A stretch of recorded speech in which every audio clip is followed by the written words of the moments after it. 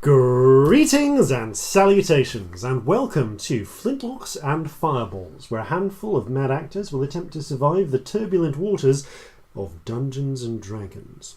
I am your host and Dungeon Master Jason Phelps, and I am joined as ever by Robbie Tequila Sunrise Bellekom, Sam Whiskey River Burns, and Ellie Alcopop Alley Sparrow. You suck. Alcopops. I'm a much more hardened drinker than that, thank you. I've got an Irish coffee right now. Go and fuck yourself. My classic branding. Yes, yes. Now then, right.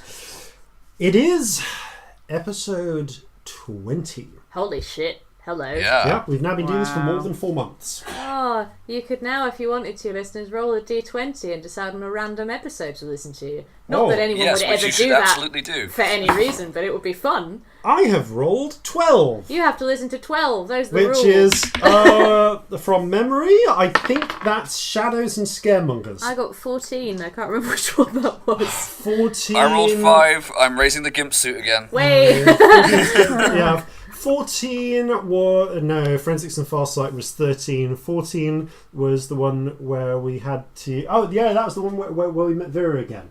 Oh, yeah. It's just a long time ago now. Ages. Blimey heck. A whole 6 weeks for us. Bloody hell, yeah.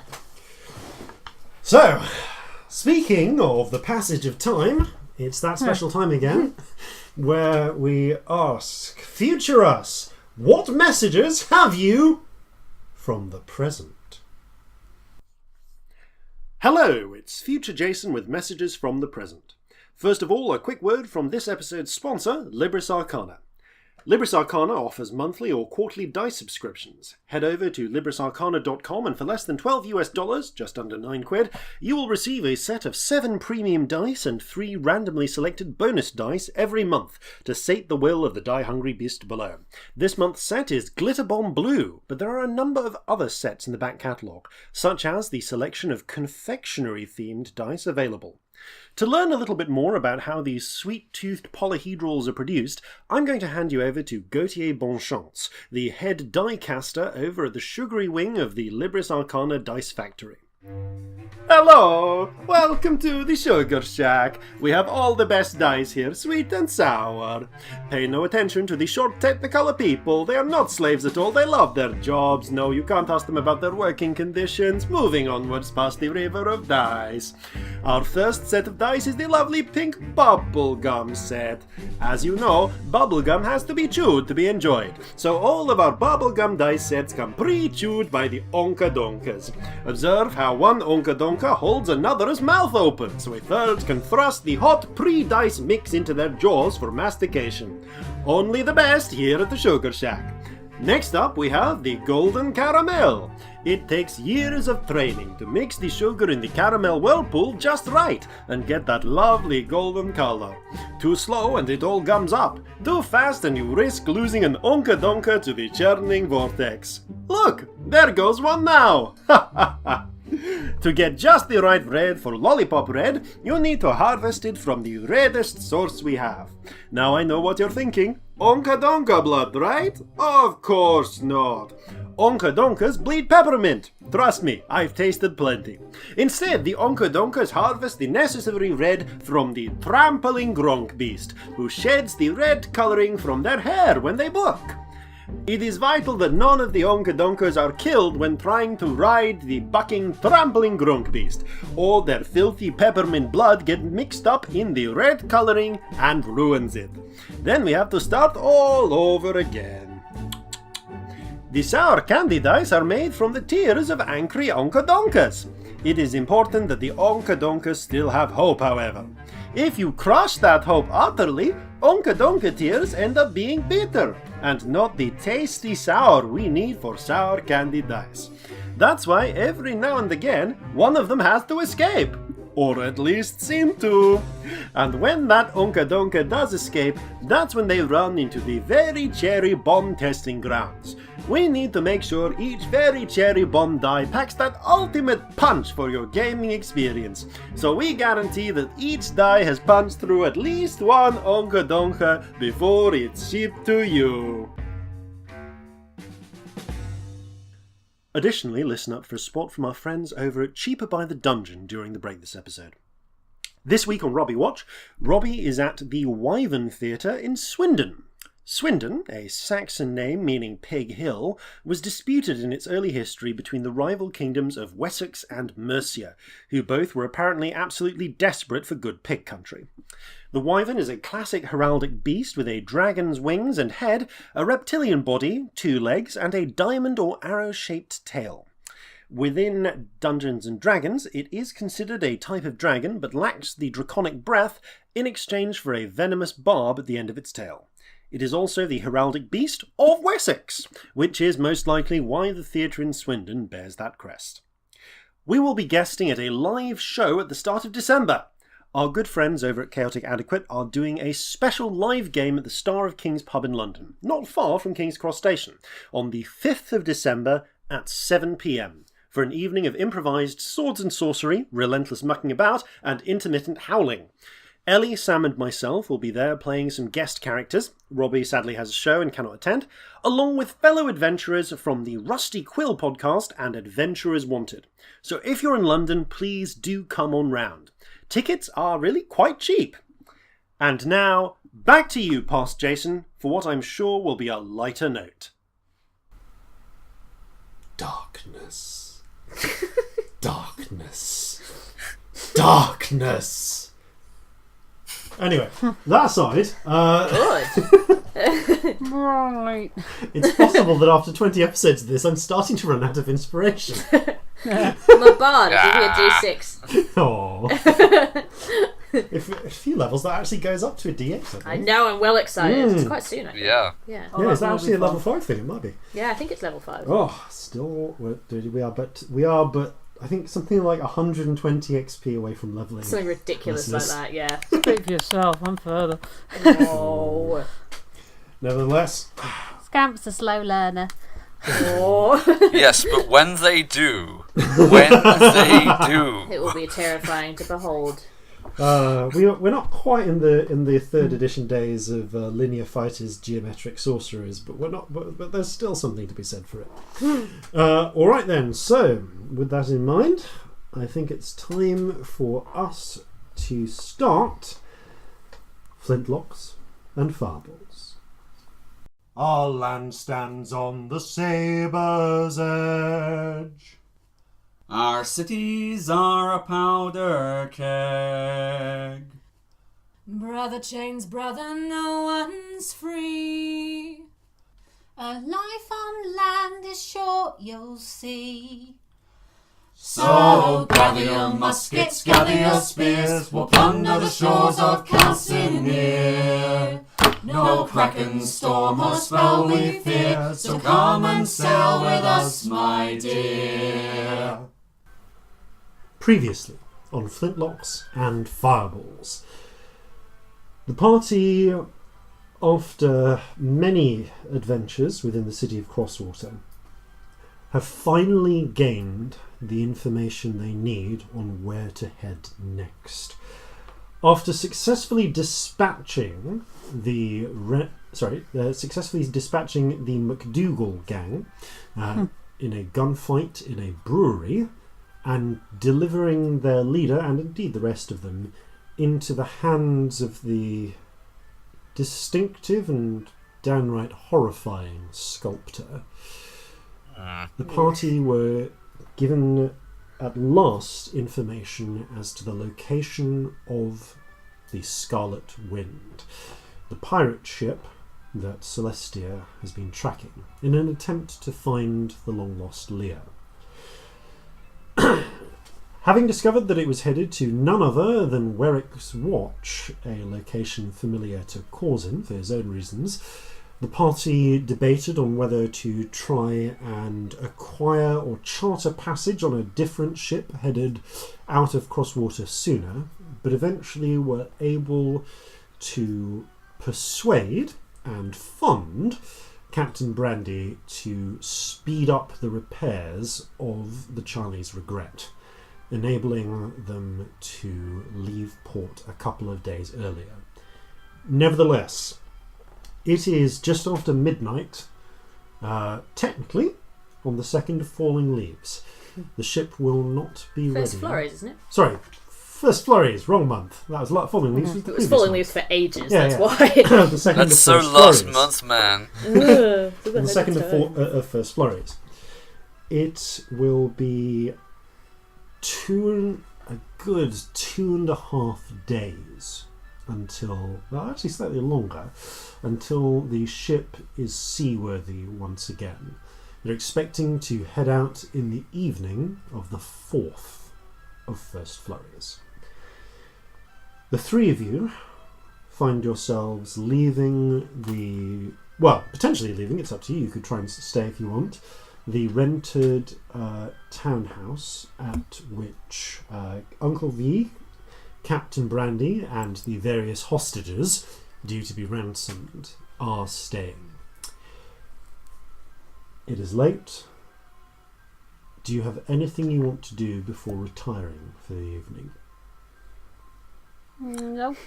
I might ask Brandy, actually. So, who, if you don't mind me asking, who did you finally manage to get to ransom this lot? Well, apparently, she's got some family in Syria, but they won't deal with directly. Instead, we're going to work through. There's someone in Warwick's Watch that serves as an escrow.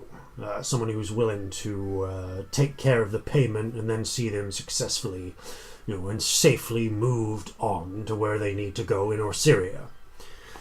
Don't ask too many questions with escrow people, and that they respect your privacy in turn. That's the way I find it. Probably wise, yeah. Still, though, I've not worked with this particular fellow before, but it's something I'm willing to deal with. After all, there's a good 3,000 in it for us. Nice. And that'll be a very welcome addition to the kitty, especially with the war looking to be at its end soon. I think we'll have to go back to honest sailing at this rate. Perish the thought. Well, hopefully, if we can, if our luck holds true, and the Scarlet Wind is indeed there, that might open up a whole new avenue of opportunity for us.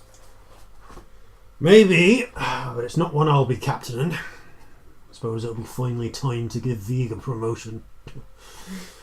Mind you, I've half a mind to retire after this. I've made a fair few bob in my time. Might end up giving the regret over to Vig. Are you sure about that, Captain? The regret wouldn't be the same without you. Truth be told, I'm a bit older than I look. And I have put a certain amount away. I'd prefer to have a little bit more, but I don't know. Maybe it's time I bought that house in the country. somewhere with a cliff where I can look out at the sea. That'd be nice. Live in comfort for the rest of my life. Maybe I could finally find a wife. Not too many women are willing to sail with you into danger. Not respectable ones, anyway. I'm sure there's somebody out there for you. Yeah. But, well, let's just hope that if we do run into the ship we're looking for, then let's hope its hold is still full. Well, let's hope they've got something other than slaves, because if we find any, we'll free them, but I'd really hope for something I can actually sell. Absolutely. Anyhow, that's enough chatter for tonight. I need to have a few more drinks and pass out. Right you are, sir. You all got a place to say? Corzin salutes and leaves. Good. Having a few drinks and passing out is instantly what Celestia is doing right now. Gives you a salute back. Okay, where do you head back to pass out at? Is there rooms here? I mean, there are some rooms in the there's maybe a room that they could make available for you here at the townhouse, or of course there's the Brass Lantern, there's the Gramani's. Should we go to the Grimani's? I think the Grimani's probably is the easiest one. If we've got a couple of days to kill, there's a job we can do to fill it. Yeah, I mean, go on. I'll be honest, I'd either like to be drunk or busy for that, so that works nicely. Yeah. Busy's good. You head back to the Grimani's, still slightly on edge in the darkness, partly from the news you've received and partly just from the learned behaviour of night being an extremely dangerous time in Crosswater for several days. The fact of the matter was it was only several days, but even so... It feels like a fucking long time though, doesn't it? It does. Right, I guess we go off to bed. You head off, and the snow is still falling through the night. And you make your way up to the room with the bedrolls laid out, and you catch some much needed rest. Celestia would like to wake up aggressively early in the morning and do secret things. With that in mind, Corzin, Scamp, you sleep well enough. You don't really remember much of your dreams, those that happen. Celestia, have you smoked any opium before bed? Or are you doing no. that? Okay, I didn't say I did. Your dreams are normal, which is to say unpleasant. Yeah, I don't have any points of addiction yet, so no. I would get a rest. It seems that whatever grace you were earned from dispatching the nightmare has passed. But it does mean that you are able to awaken in the pre-dawn light. Getting yourself up. Okay, I would like to buy a bag of sweets, a really big one. Well, one thing first. Okay. You head out of the Grimani compound and into the streets. The snow has stopped, but a thick layer of white covers the streets. And there is that lovely calm that you get just before the city wakes, where the sound has been dampened by how much snow there is everywhere. Oh, lovely. I tramp around very excitedly, hearing the noise that the snow makes for a while, and spend ages making footprints and being weird to myself. And then I go and buy a huge bag of sweets, a big bottle of rum, and also 2 cakes. One, like, bright pink sugar iced cake, and one chocolate cake. And a dark brown, rough looking one. And I go back to the Grimani's with them. Well, first of all, you head out to Judgment Square Market and repeatedly smack on the door of a baker until he is willing to serve you. As you have risen, I mean, he will at least be the awake. The bakers are up. Bakers are up, because they're bakers and they do start before everyone else does. But the shaggy-haired, long-bearded halfling that comes to the door doesn't look entirely pleased about the early custom. What is it you want? I'm wanting to buy 2 cakes, darling. Fine. Come in. And he... Great. And at your... There's a little bit of discussion, but he does in fact have cakes that, at the very least, he's willing to dress up to your standards. Fantastic. Although chocolate is expensive. It's okay. So, with the brandy, with the rum that you get from... Rum and bag of sweets. Yeah, you get, with the rum, the sweets that you get from the early morning vendors, and the cakes, you end up spending in the region of about 30 gold pieces. Fucking hell, I still do it. Fuck it. Yeah, no, you're getting a full chocolate cake. These are expensive purchases, but you do get all of them. Mm-hmm. Okay, then I go back to the Grimani's, and I mean, like, how deserted is it? Sorry, that's 30 is a bit much given the economy. For the sake of a cake. Yeah, no, it's a 5, 1. Okay, sorry, no. You spend you spend actually about 14. 14. So yeah, You get the feeling you are being a little jacked for price by the early hour. By the tired baker, yeah. But So, yeah, I go back to the Grimani's, and I spend a few minutes taking piles of snow inside their little garden, and I make a little snow scamp and a little snow Corzin. And I get some plates out of the Grimani's kitchen, and I put the cakes in front of them, and I put the bag of sweets by Scamps, and I put the bottle of rum by Corzin's, and then I sit in the kitchen and wait for them to wake up. Give me a dexterity check, please. What was that? Give me a dexterity check. To see how shit my snowmen are. How exciting. Oh, they're pretty good, you know. That would be a 20, dirty. You know, given that you've not really built snowfolk before, you do an appreciable likeness of both of them to scale as well. Excellent. Wow. Yeah, like, you know, they are, like, you know, don't get me wrong, they've got kind of bulbous snowman features, but they are very recognisably Corzin and Scamp. Corzin and Scamp. So, you sit down. Make a coffee, chill out for a bit. Yep, you've got some coffee left over, so you boil some water, grind up the beans, and have a sip of coffee while you wait. Scamp, please roll me a D100. Oh, shit. I haven't forgotten about that. I have. 68. 68. We've had 68, haven't we? Yeah, I feel like I've rolled a lot of 60s. You have rolled on that like a lot. An awful lot. It's weird. I'm almost... You know what? I've been waiting for some time to do this, because there is one entry on the Wild Magic table that I always wished existed, which I thought it did, but it turns out it doesn't. And because we've had that so many times, I'm going to make this happen instead. Please roll me another 1d100. That's worrying. Oh, I just realised what it is because we've talked about it. Oh no. 11. You're woken up. Corzin and Scamp, you both hear sounds, and you wake up to find there are 11 geese in the bedroom. It's so good I didn't actually roll an 11 on the normal table. Ooh. Yeah, that's a bad one, isn't it? Oh no, that's alright. That's a height change. I thought it was an age change.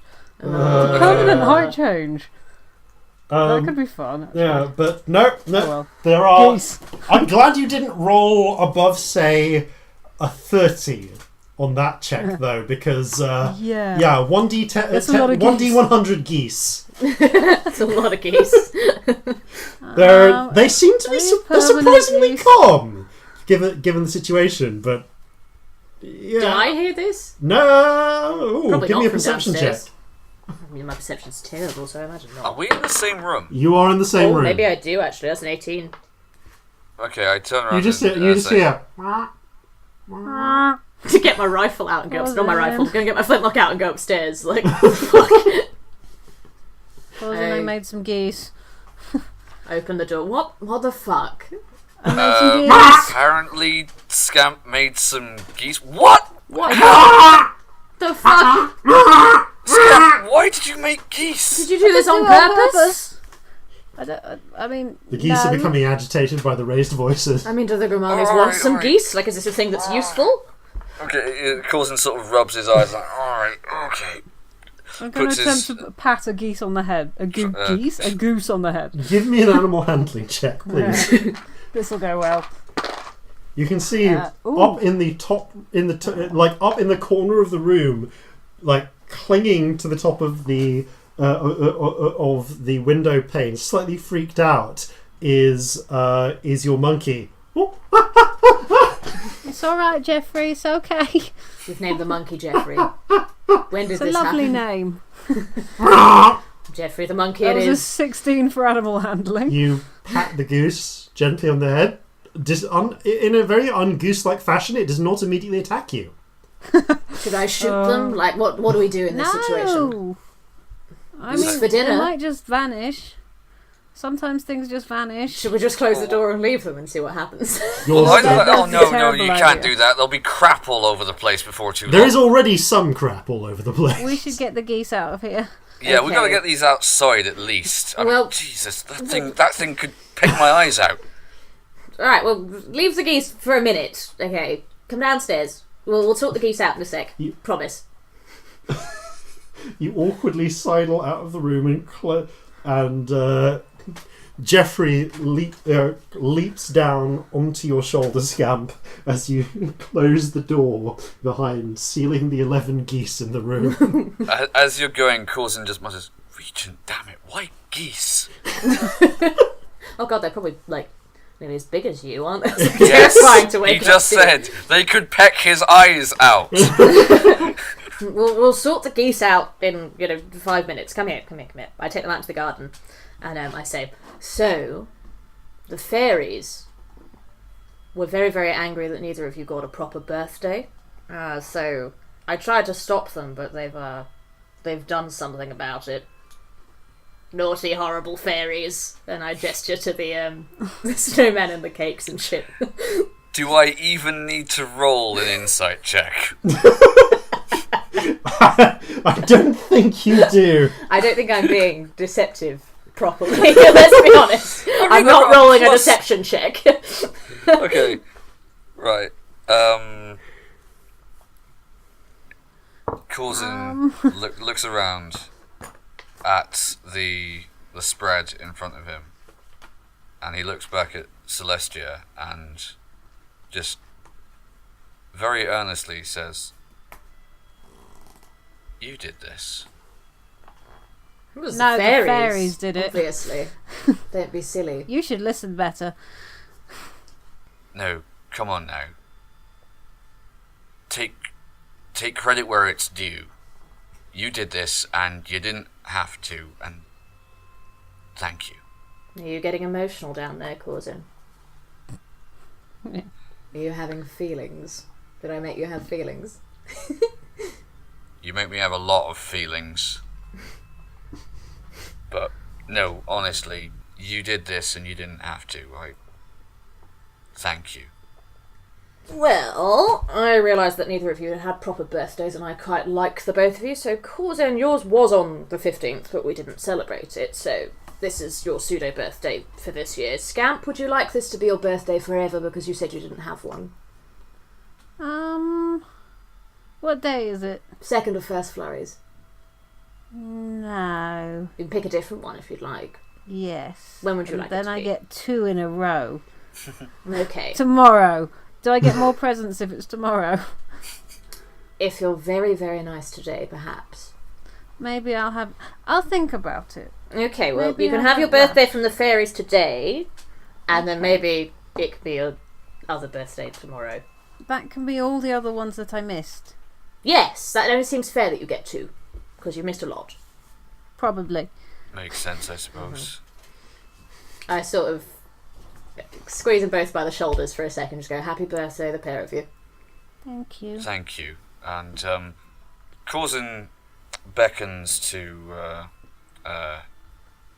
Celestia for a moment, and then lowers his voice just so that Scamp can't hear for the moment, and says, "I really do appreciate what you've done here, but I get the distinct impression that when you say that nobody should have shit birthdays, you're speaking from experience. So I think you should join us for this, and we should do something special for you." Mine's not till the 15th, falling snow. Yeah, not far off then, but I mean, would I be prying if I asked what you generally do? Oh, I'm speaking at normal volume again now. Generally, we go to church and something horribly grisly happens in front of us, and then we have like a shit, stuffy dinner with a room full of people we don't like, and everybody is horrible, and it's all very, Drab. yes, and it's just all about making you sort of social influence friends, and not actually ever talking to anyone you really like, and it's just all fucking pomp and ceremony. Usually you have to do something sort of embarrassing in front of everybody that shows you up, and it's just bullshit. How would you choose to spend it, if you could?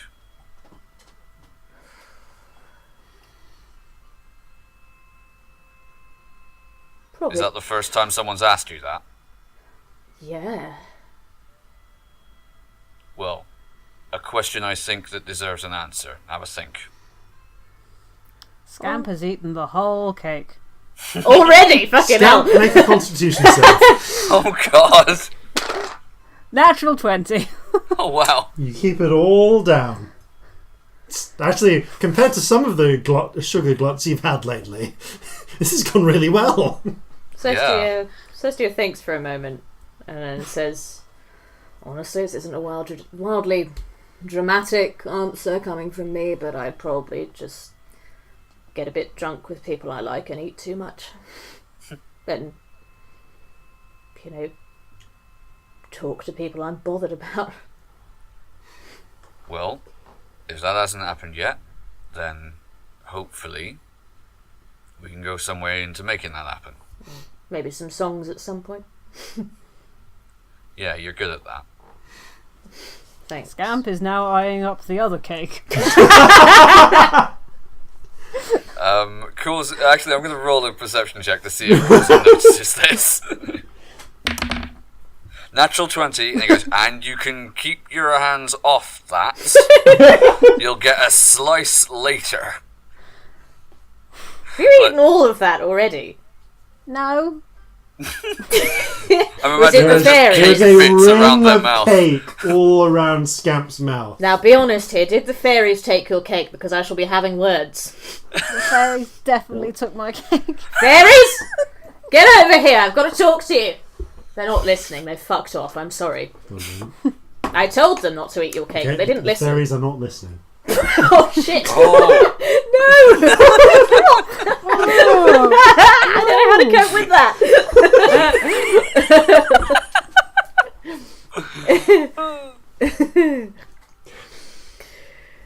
Well, cake for breakfast then? Decide what we're doing. I haven't had cake for breakfast in, too long. Well, it's your fucking pseudo birthday, so have cake for breakfast. I ate fairies cake for did. breakfast yesterday. Out What? of character. In real life. I love that. Sounds like a great day. Good for you. Your sugar consumption is nothing short of legendary, Robbie. It's a problem. Yeah, Robbie and Scamp do have this in common. Definitely. Like, if Scamp was alive now, they would like blue food as much as you do. Like, definitely. Blue is the best colour for things. So what are we going to do today, then? Corzin Burn starts a warehouse down. cutting the cake into segments and hands to one to Celestia, one to Scamp. Oh. I already ate all of mine. I mean, the fairies did it. Scandal. So Celestia's shoving cake in her face. You can have some sweets.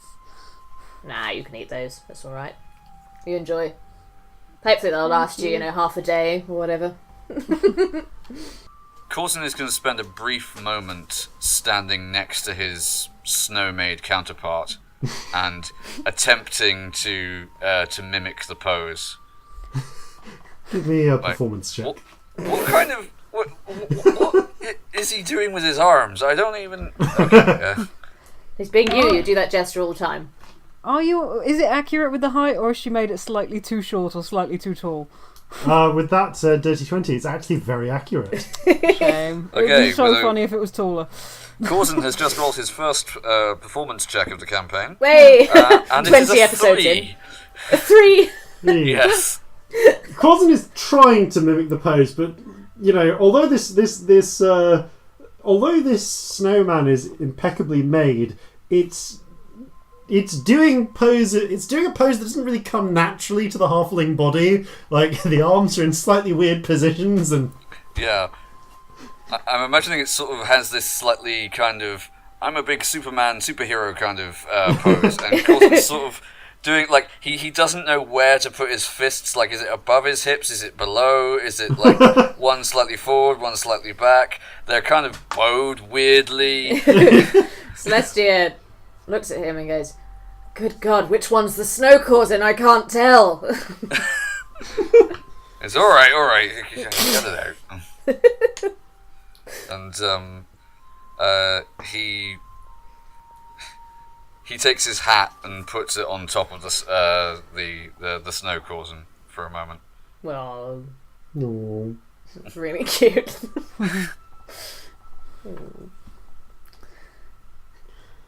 We Right. should sort these geese out. Yeah, actually really at this should point sort the the door geese out. opens and you see Justice emerge.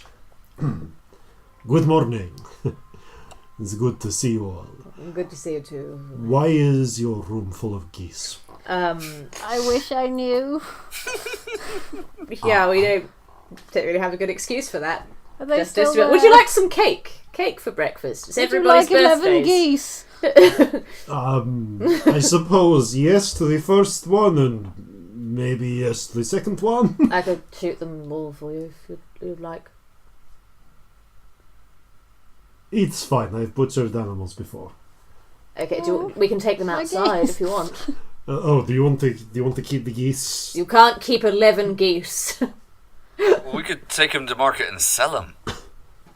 We don't know that they won't disappear after what appears to be a randomly allotted amount of time. Well, all right. I mean, give it an hour. That's usually how long. I mean, how long did the freaking unicorns hang around? Only a minute. Like, yeah, But I not lost very my long. hair for a whole day. That did happen. Corzin sort of rubs his forehead a little bit. Well, I mean, And I still can't drink properly. We This do is need true. to get you into a drinking competition. That's very important. That's one of that those is something we are tasks. going to have to. I mean, I think it's only morally right that we get that. We take full advantage of this while it lasts. And also, as I say, I do need to be drunk or busy until we leave. Otherwise, I'm just going to go mad. So let's do that. But we've got a warehouse to sort out first. Well, we could do that in the afternoon and get you into a drinking competition and earn loads of money in the evening. All right. So this warehouse then. Refresh my memory. Well, I believe that is something that Chase is taking care of. Probably she had the mind to do that in the evening, on account of it's more difficult for her to move around during the day. Afternoon drinking competition. Perhaps. Speaking of which, and Corzin uncorks the bottle of rum, just pours out a tiny little bit, actually, yeah. Well, that's what he's going to do. He's going to get a tiny little bit of snow, ball it up, pour the rum into it, and then have like a rum sickle. Oh. Like a rum slushy. That sounds amazing. That Yeah. sounds amazing. Let's do that at some point in real life. I don't know how, but let's do it. Hey, I can't understand why I never tried this before. This is amazing. And he says, "Do you have like a glass or something? This would be. There's something in this." Maybe that's how you'll make your fortune. Rum, snow drinks. We need a better name than that. There's a number of things I've got to do before I start considering a second career. Or, well, I suppose it's third now. Yeah. No, well, we can see about tying up these geese if you want to sell them, and I would say come back in the evening for the warehouse job. Perhaps by then Courage will have returned, and he'll be able to help you out with it. Okay. Is there any bigger? I could have saddled one up and rode it into town. In the meantime, I mean, maybe you could train one of them. if you've had a lot of cake, I was about to cook up breakfast anyway. Would you like some of that as well? And then, Yeah, go on then. Why not? all right. So, I've Yeah. got a lot of cake. can I have someone make an animal handling check to coral the geese, please? I'm I not think sure that I should be will. me. I mean, my animal handling is not great for being a ranger, Mine's but 0, so... It's got to natural be better one. than ours. But you're a halfling. Actually, that's true. Yes, you are a halfling. Right. Okay, lucky Look, for you stowaways to we're corral the remembering geese. now. It's exciting. Yeah. Okay, that's much better. That's a 19. It takes a certain amount of running around with hoops of rope and just a lot of... But Get in there, you bastards! Go with on. the aid of everyone, you manage to get all 11 geese coralled, tied up by the tied up so that you can lead them by the neck and eventually out of the and then after a cooked breakfast, which you all have, you lead them out of the market. Out of the warehouses and off to market. In fact. Which would be the cattle market? Which would be the livestock market in this town? Actually, yeah, the livestock market. Is actually primarily outside of the city walls. So you actually you take a short trip out to a farmer's market. To the more rough and ready impromptu markets in the suburbs that surround the walls of Crosswater. And I'm just going to ask for a persuasion check from anyone for negotiating a price for these geese. Maybe me, Yeah. frankly. Okay. Yeah, because Yeah. persuasion. Yep. 21. Okay, that's pretty good. You get quite a good price out of them. You managed to get a total of, after a certain amount of furious haggling and A certain amount of... No, these are magical geese. My friend made them appear just this morning. They've got magical properties. Okay, I'm going to ask you for a deception check. That's not deceptive. That happened. The magical properties bit might Okay, yeah, be. no, fair. Sorry if I ruined the price of the geese, but I thought it was funny. Oh, another 21. Fuck you. You get 12 gold pieces. Yes! Considering that a goat is worth a gold piece, Yeah, that's. you know, They probably there's- We think buy a goat. they all lay golden eggs or something. yeah, So, like, 4 each, yeah? Cool. yeah. Makes sense. It's almost the price of the exorbitantly priced cakes. Nearly. Worth it. Yeah. So yes, you managed to sell the geese.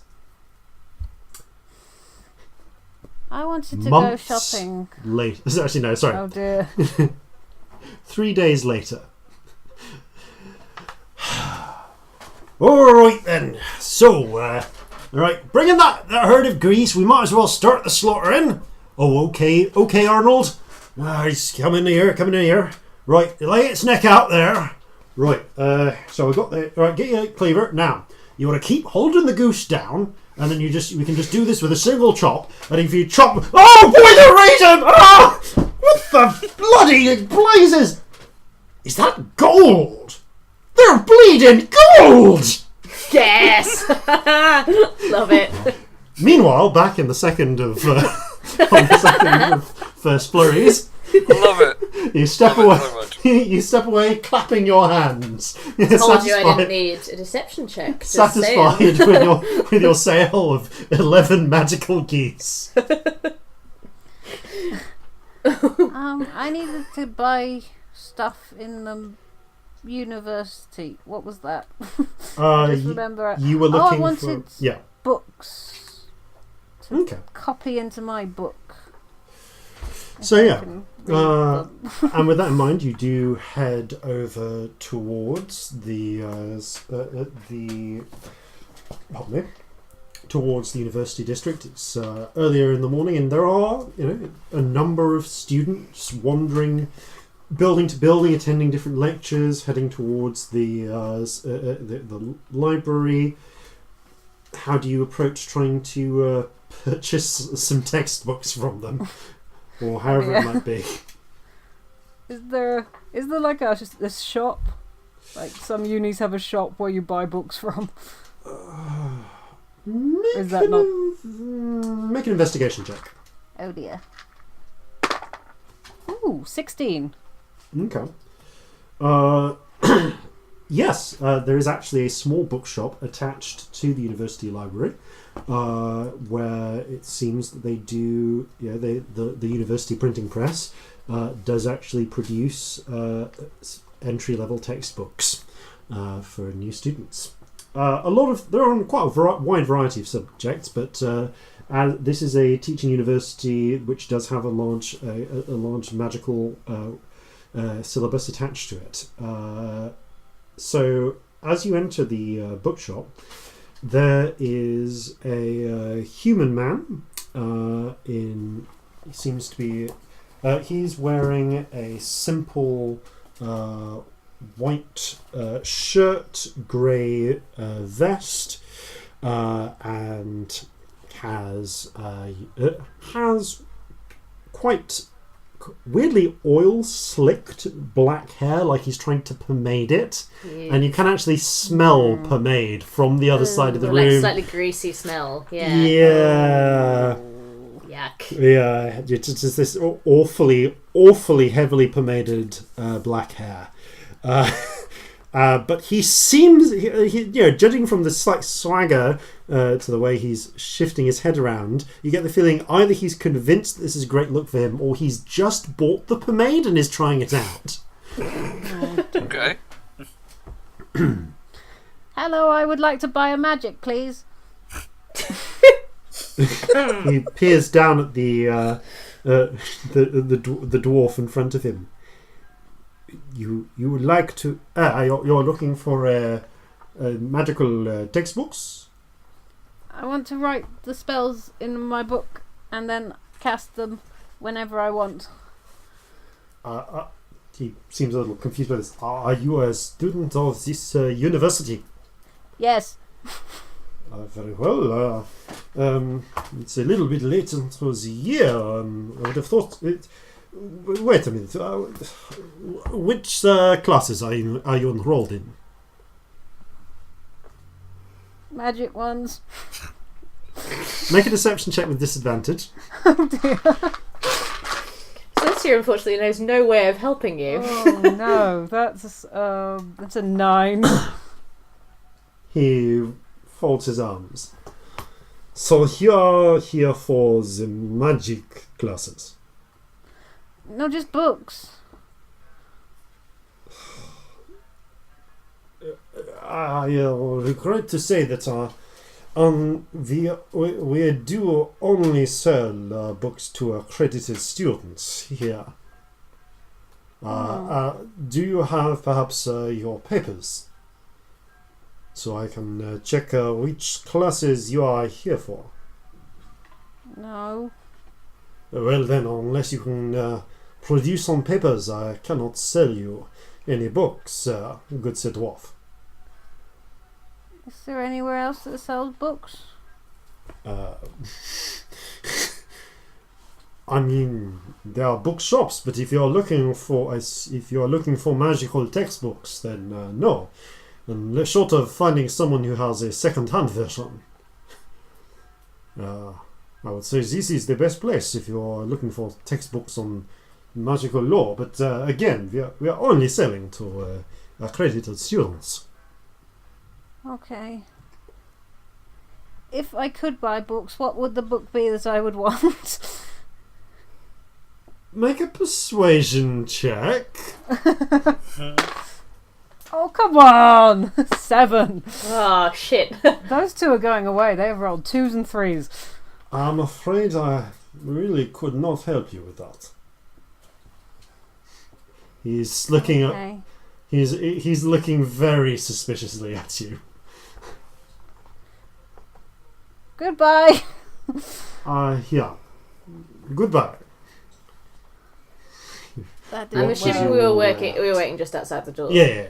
Yeah. I could distract him and you could try and nick one. No. Maybe we should... He said that only students could buy them. We could pay a student to do it. Or buy one second hand.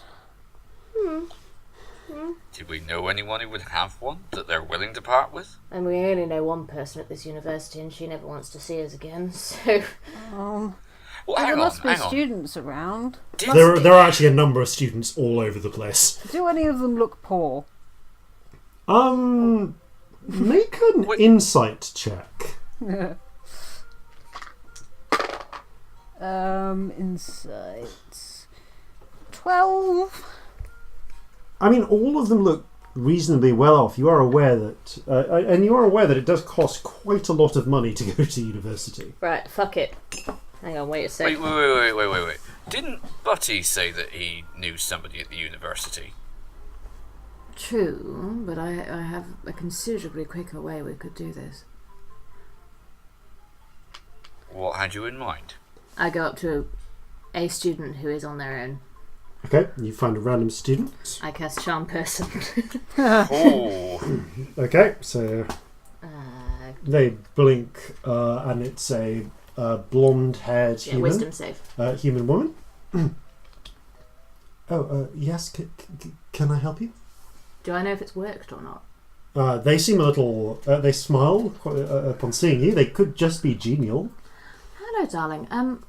My friend sadly lost their textbooks, but they can't find their papers to prove they're a student, so the librarian won't sell them any. Don't suppose you'd mind. You don't need papers to prove you're a student at the library. He said we did. I think he just didn't want to sell you a book then.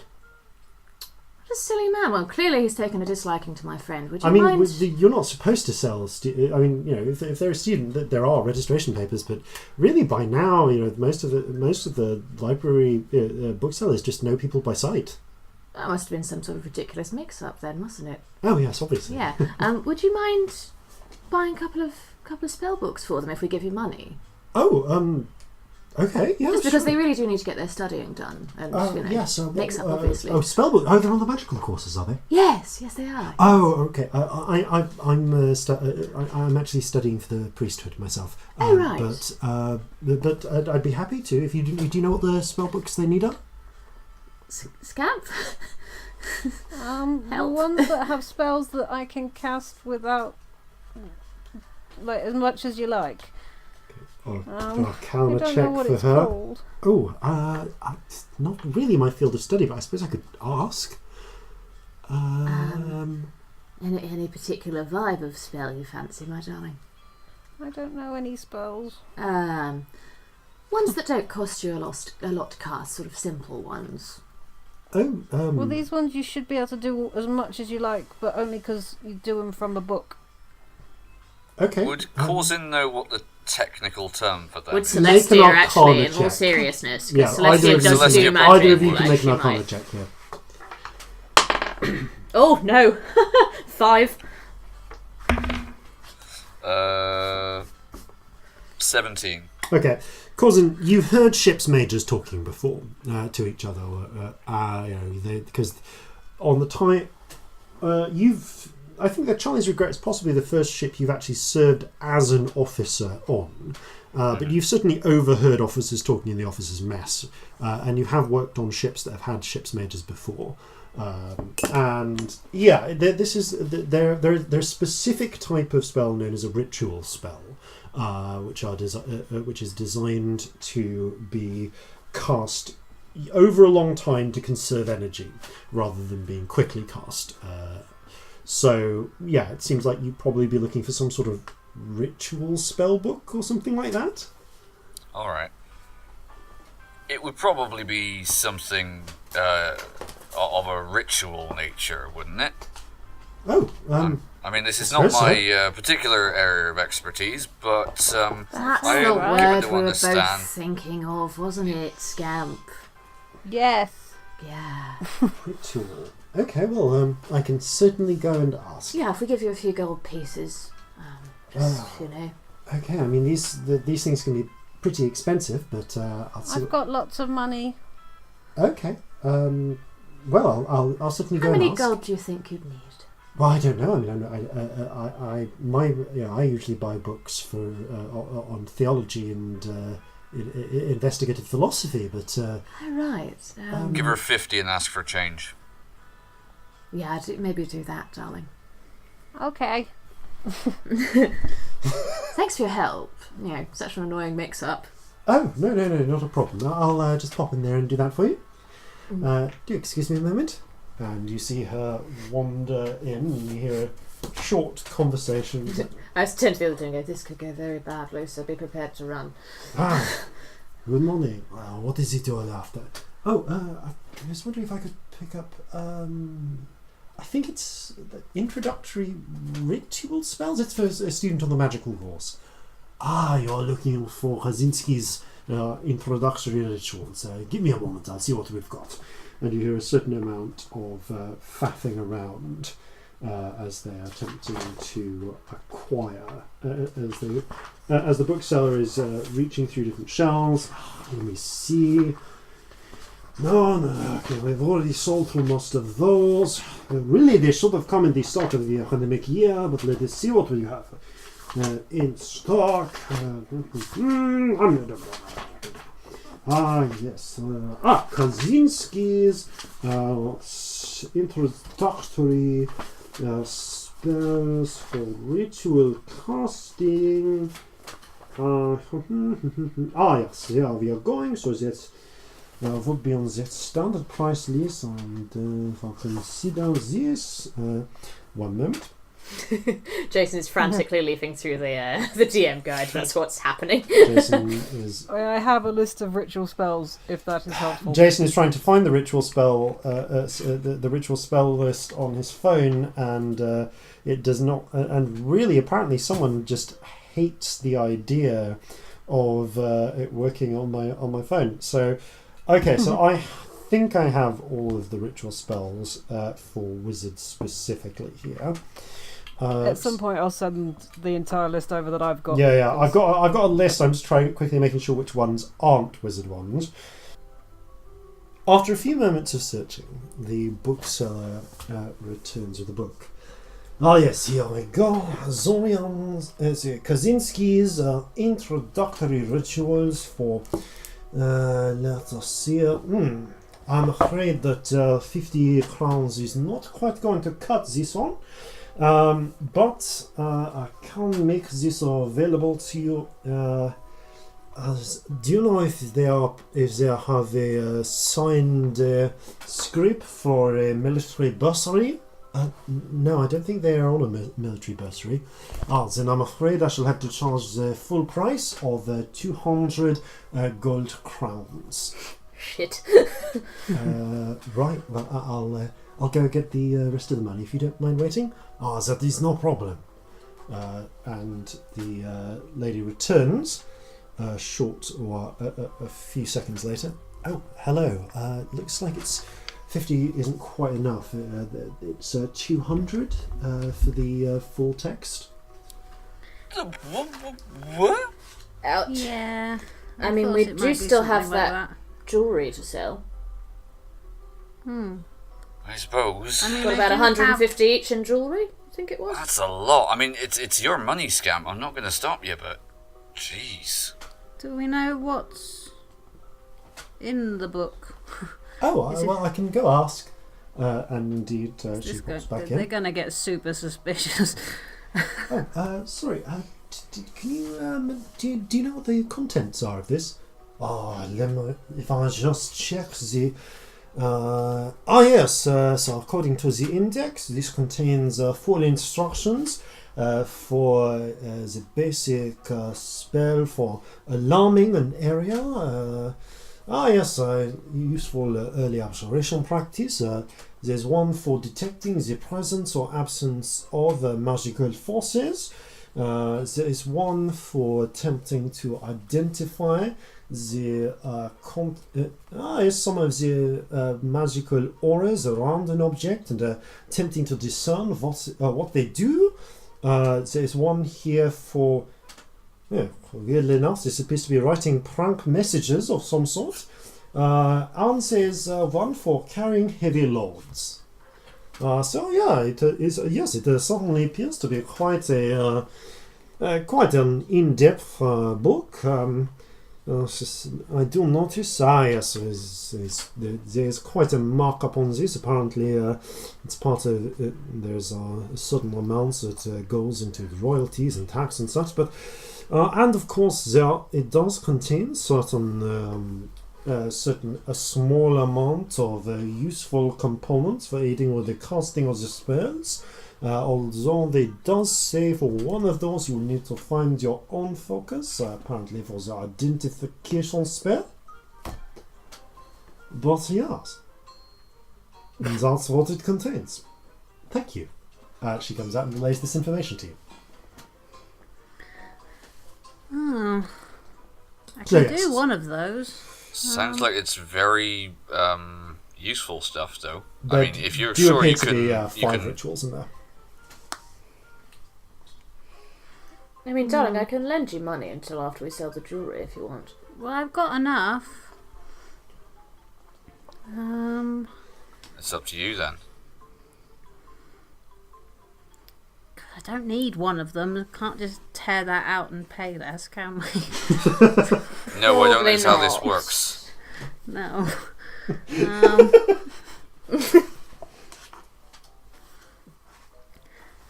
I guess, sod it, we'll try it. I've got money. Here is lots of money. She You could. gives you money back until she's got the appropriate 200. Okay, I'll go get that for you then. Thank you, darling. She pops in. Okay, here's the money. Here you go, son. Enjoy. And the bookseller passes over a not actually that thick tome, all said and done.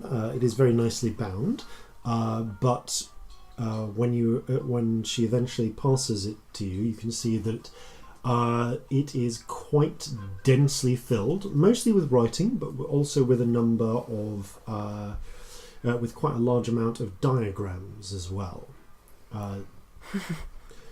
This might take you a little while to process and possibly have some aid reading it.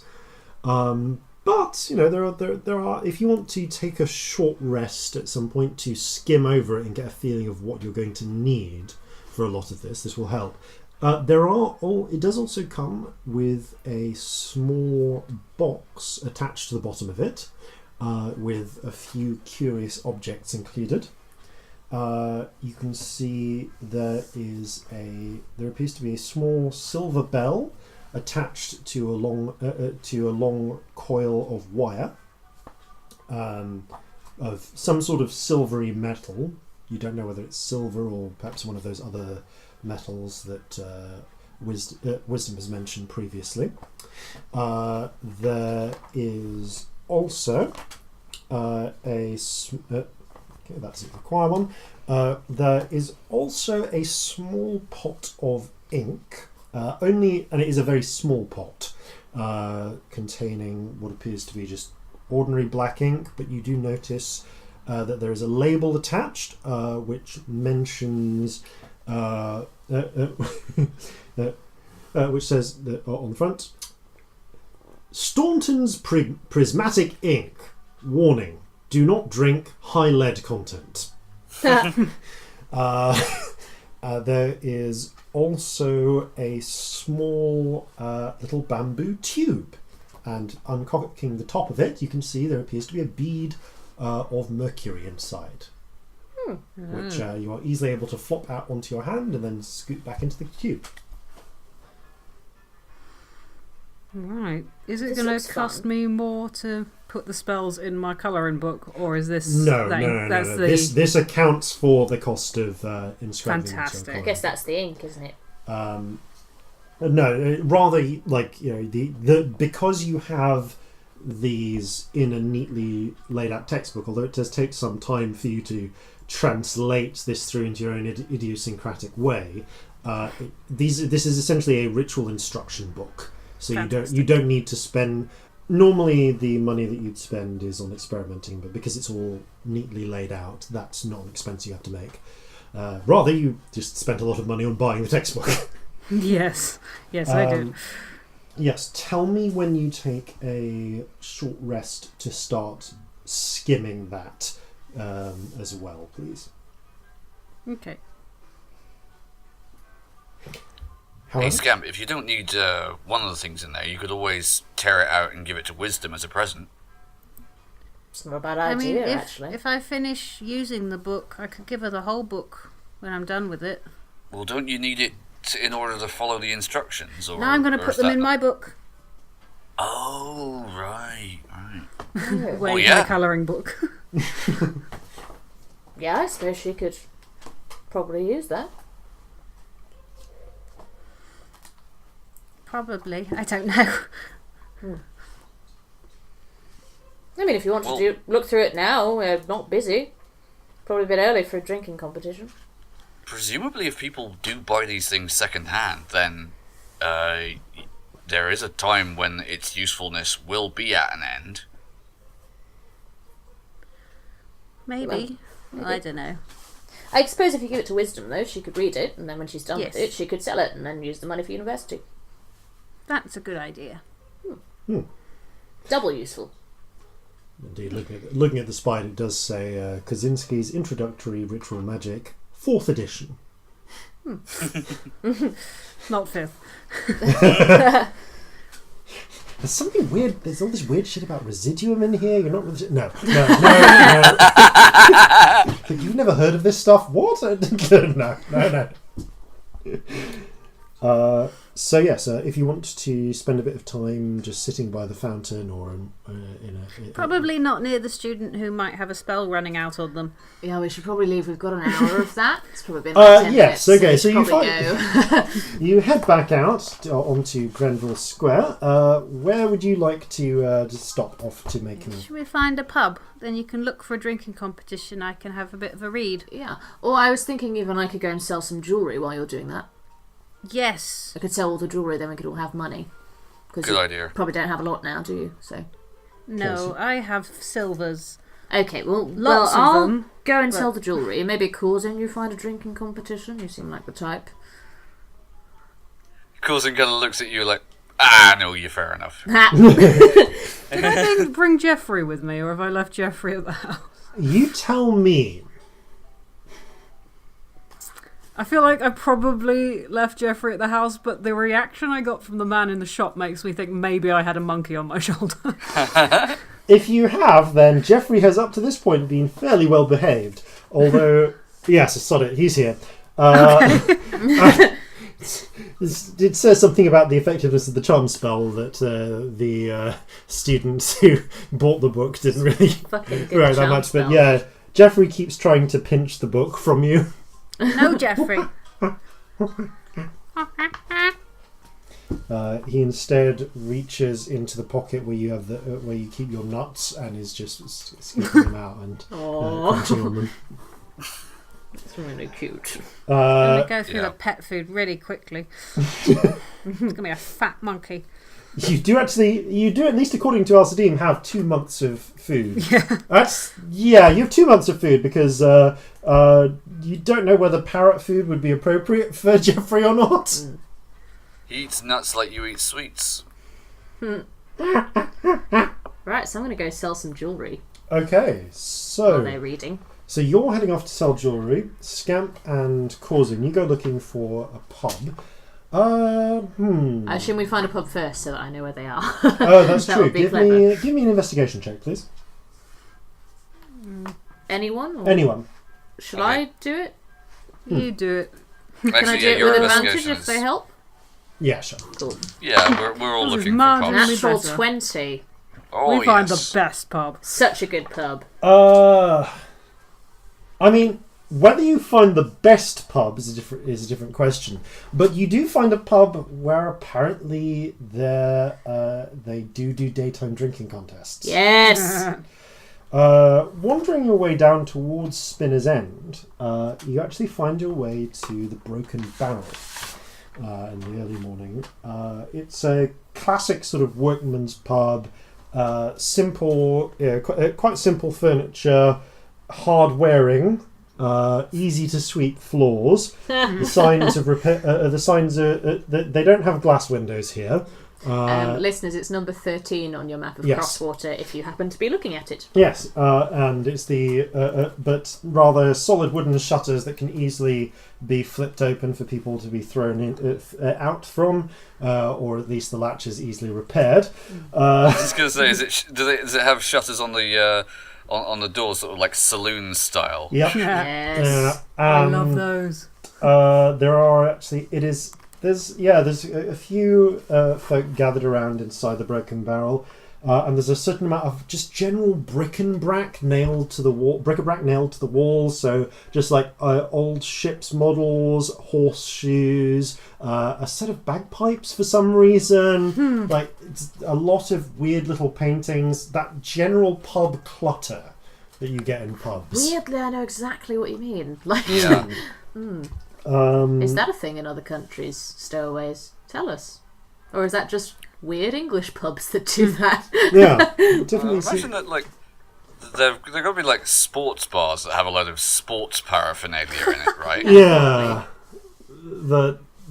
Yeah, as far as this very much follows the classic British pub style, where There's because just Also- weird stuff on the there walls. just seems to be the various collections of that publican's life Yeah. all over it.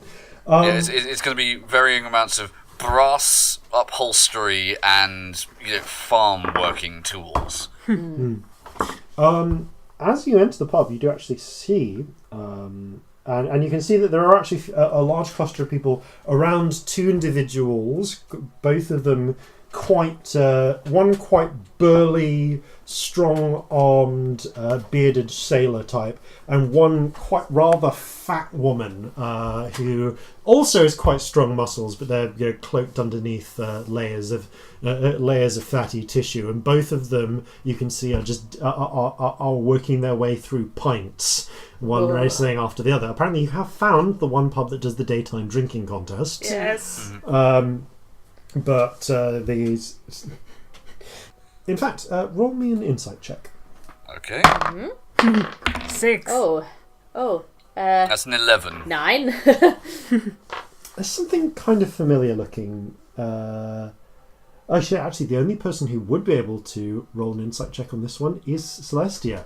So there's something something vaguely familiar looking about the barkeep here, but you don't it's kind of hard to In tell. what way? Just you got a feeling like there's something about them that's ringing. It's a human woman, blonde hair, blue eyes, busy wiping at some glassware as you enter. Peers up, blinks a little at your appearance. What can I get you to drink? Whiskey for me, darling. Okay. And 2 ales. What do you want? Yeah, sure. Yeah, might as well. All right. I'll have to be the ale. No doubt you've heard about what happened over at the brewery. Oh yeah, terrible business. That's all out of commission. She does pour a couple of ales, pours out a whiskey, charges you like a silver and 2 coppers. Great. What are the drinking classes of Crosswater to do? Well, we'll just have to get from the ale from the out of town breweries, but never mind. She cracks her jaw a little bit. She looks a little tired. Like she's probably been working a lot lately. There's a couple of bags under her eyes. So, when's the next drinking competition going on? Well, after one of those two passes out, which will take a little while, we'll have lunch, and probably after that. So a couple of hour or 2. Great. Cool. We'll sit here and have Suppose I'll go and lunch sell too. some jewellery then. And see you in a bit. You can read your book Do you want a hand with that? if you like. Up to you. All right. You see the corner of her mouth tick up slightly. Yeah, wouldn't recommend it at the pawnbrokers in South Cyprus if I were you. He's What's out of business. Oh, good to know. Thank you. Is that the one we broke into? That is totally the one you broke into. Whoops. Do I know you? She smiles a little bit. Sure, I don't know what you mean. make an intelligence check now that you're looking at her closely. Okay. Not intelligent. We're Natural not an one. intelligent party. Oh wow. But it's just on the tip of your mind, and you swear you've seen this woman before somewhere. No, it's just no, it's not coming to you at all. I look at her like squinty. Like, Yeah, neither you, Corzin, neither you nor Scamp have seen this woman before. Okay. Where do I know you from? I'm sure I don't know. Anyway. Oh, another round. Okay, one moment. Sorry, I got to deal with this. She gestures the drinking Alright, we'll contest. talk later. Pulls a couple of points. Out of character, I really don't know. I'm sorry. Yeah. Still there. Fuck, have I seen a blonde human? Well, So- there's fair few, or so I'm led to believe. So you're splitting up now. At the party. Scamp, you and Corzin sit down and you I need to start. buy some jewellery. reading Like, through. it's okay. Not buy some jewellery, sell some jewellery. So while this is happening, while they're scanning through that, Yeah, I'm happy to like skip over this. And Yeah, just Celestia, make a give check, me like- just give me an investigation check for Yeah, searching I don't around think it's for gonna be that someone to interesting, purchase jewelry, to sell you jewelry to. Oh shit. What check am I making? Investigation. Bollocks. 7. I mean, the problem with selling a large amount of stolen jewelry is quite One of the self-evident. problems. Would Corzin have any idea where we might be able to sell this? If you want to accompany her, Yeah. now that you've found a place for a drinking contest, you can make your own investigation check. that was the plan. Okay, cool. Yeah. Yeah, you did say in all fairness. Oh man, Oh no. that's a 4. Fuck, that's worse than mine. Shit. Jesus. Now that you think back, the last place you knew to fence stolen jewellery from the previous times you've been in Crosswater actually was S. Mikhailovich's pawnbrokery. Bollocks. Ah, shit. All right, well maybe there's an actual. Wait. There was a jeweler somewhere, wasn't there? There was a jeweler somewhere in Spinner's End because it was. What, not the one that we robbed? No. Spinner's End. I mean, that's Wasn't right there near the a club out jeweller's of that- character. Yeah. I was gonna say, wasn't there a jeweler's that got hit during the business with the shadows, or am I misremembering that? Might be the one we robbed, darling. It's actually a point where Jason is trying to think, was there a jeweller's I mean, the only out of character, the only jewels I can find on the map is is one the you robbed. pawnbrokers. Yeah. That is near Spinner's Yeah. End.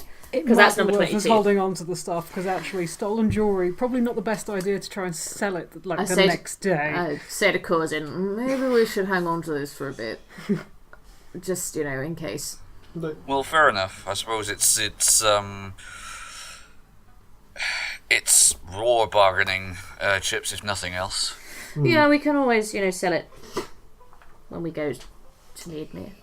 So you're going If to... we have any time. Yeah, so I mean, you can ask around, but yeah, you're not sure of a place where you're likely to get a good price. A here. large amount of stolen jewellery, maybe we should just wait, sell it in another town. Okay. You head back towards the pub, which I don't know if I mentioned before, has I a don't sign. imagine that was a long trip. No, I no, imagine it it was was a like short- 5 minutes. Yeah, Like, you searched for the better part of half an hour before you were going like, shit.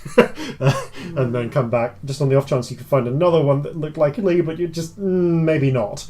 So, during this short rest, while you're studying, you're skimming through the contents, kind of picking through the instructions, Scamp, which takes a little bit of time because you're better at reading Dwarven than you are Joven, and you're not good at reading Dwarven.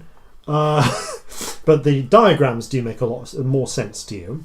As you've got your colouring book and are kind of translating, you realise how you can use most of the little components that were included. But there is, to your great frustration, it looks like for the identification ritual, you will either need it seems like you either need some sort of specially constructed molybdenum dish with maybe a bit with like a possibly that you can put mercury in, or with an antimony lining, or a pearl set in, or a pearl with a certain amount of silver surrounding it that you can use as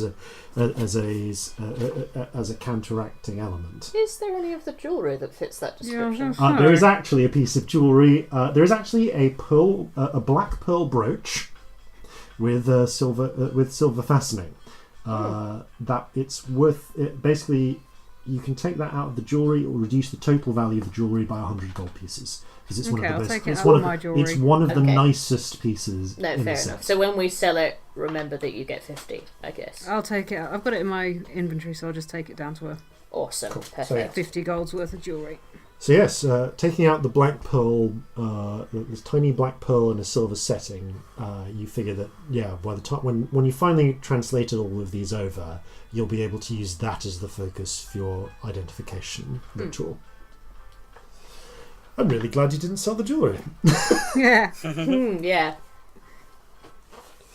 Well, save selling it and then having to buy something back. That seems stupid. Yeah. So, you return, make that exchange, and the drinking contest seems to come to its end. So, what are the spells that are in the book? So, the spells that are in the book are Alarm,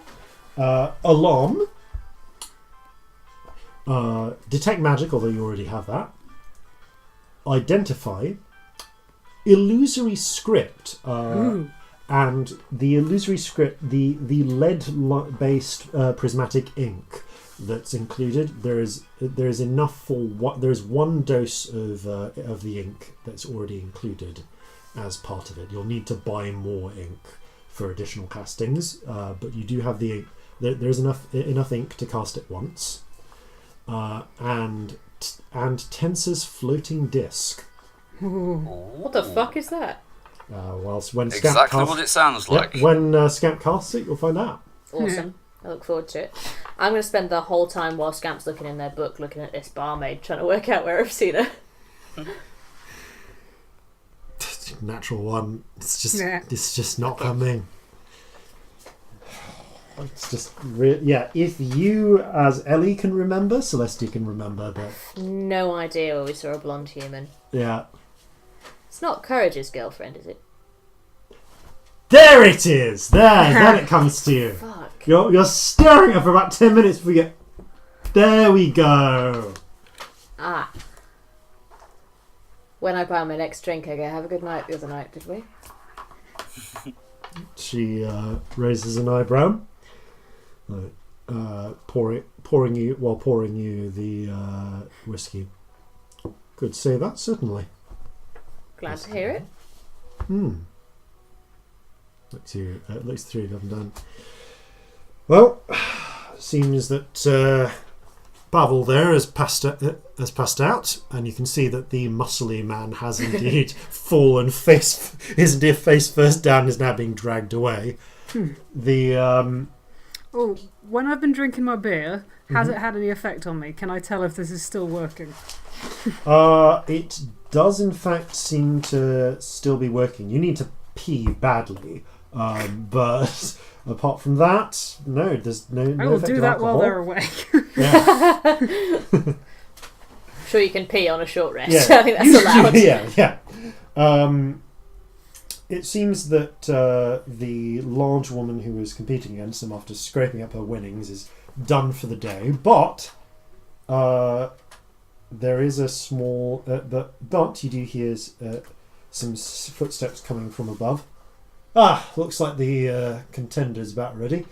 So you'll be looking to go into this... you're looking for a drinking contest, are you? Yes. All right. I am an adult and can do that. I can see that, yes. I should warn you. First of all, it's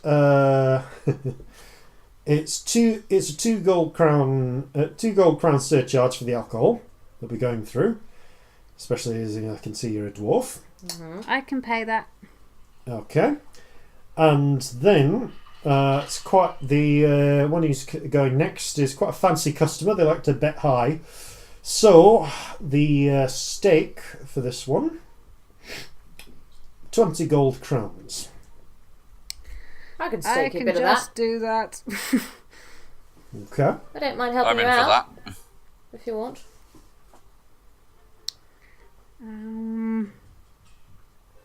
How much have I got? I've got 33 gold. I'll give you 5. Thank you. Happy Happy to chip in birthday. another 5. Yeah. It's a birthday present.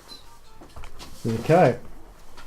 Alright then, she takes the gold, takes 2 of them aside, puts them in the register, takes the rest, and you can see, brings it over to the table, pours it into a pile in the centre, and the footsteps continue until a small figure in a red waistcoat with a cream silk dear. shirt Oh dear. steps down. I don't want to take his money. It's got loads Wow. of money. Isn't that a surprise? Hello. How are you doing? Fighty steps down. Oh, not too bad. Bit of a crack on the neck after last night, but nothing that a good drink wouldn't sort out. You come to watch me compete in the drinking contest. No, this one's quite. competing. We have. Yeah, I'm watching. I wouldn't dare compete against you in a drinking contest. Oh dear. I have so many regrets. All right then. He rubs his hands, pulls out his Our pockets. good Master Dwarf here is. Yes, I am a dwarf. Quite the drinker. Well then, this is going to be very interesting. And he pulls a small purse from his pocket, throws it onto the table with a loud sort of clunk of coinage. Let's since we are doing dwarf against gnome, how about we do some of the more interesting drinks? That sounds fine. Excellent. Do it, do it, do it. Define do it. interesting. I'm intrigued, but go on. Die. You are going to die, but it's going to be very funny. Julia, bring Tell my out monkey I loved him. You will. Don't worry. I'll write you a song. It'll be really exciting. the gnomish brandy. Oh no. There's a slight widening of the eyes from Julia's part. Do I know anything Sure? about? I wouldn't know that. Never mind.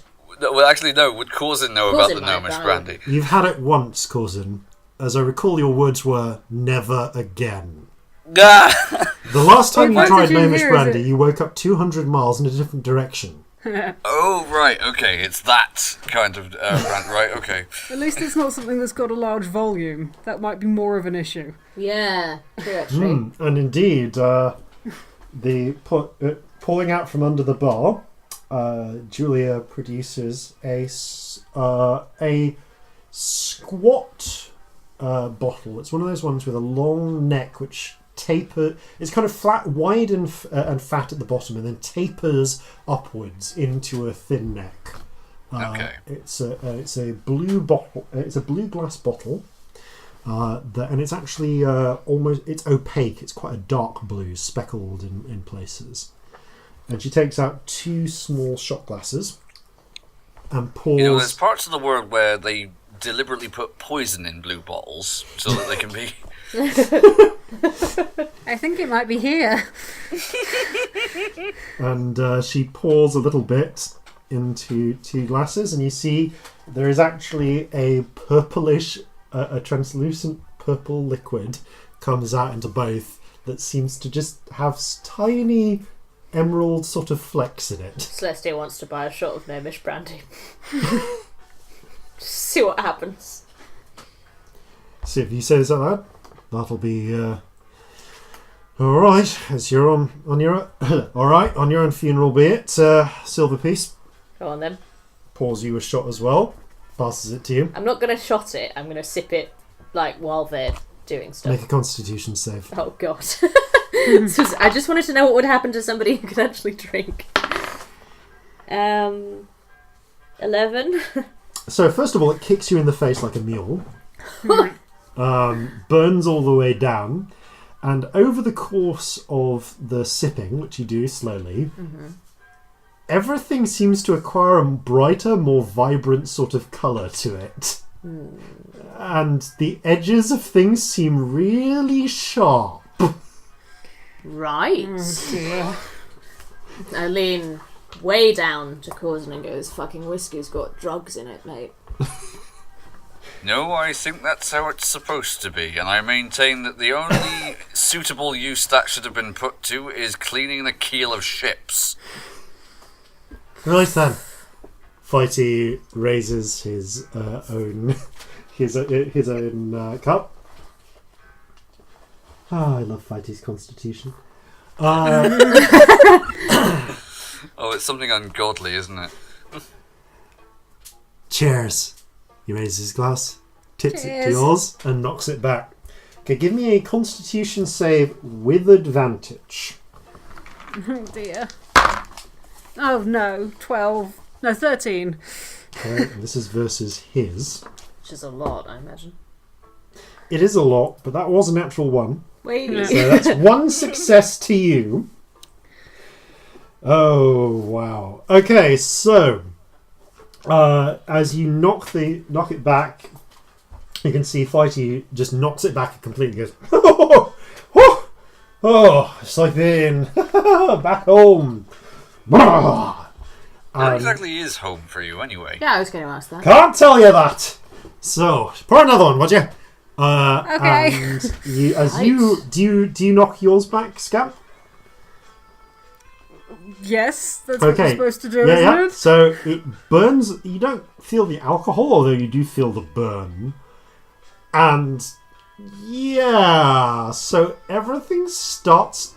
As you blink a couple of times, things start to look more colourful all around you. Like colours are standing out a bit more.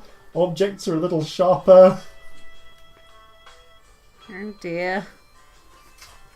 But yeah, okay, this is it's a little weird. Takes up the next one. Right. So, raises the glass. Make a wish, he says as he raises the glass. I wish I wasn't doing this. And I drink it immediately. He knocks back his own one. Give me another constitution save. Do I get advantage still? With advantage. Yeah. Ooh. 22. No, more than that. 24. That's just a success for you. Fighty is kind of shaking a little bit. And you can see he's getting sliding side to side a little.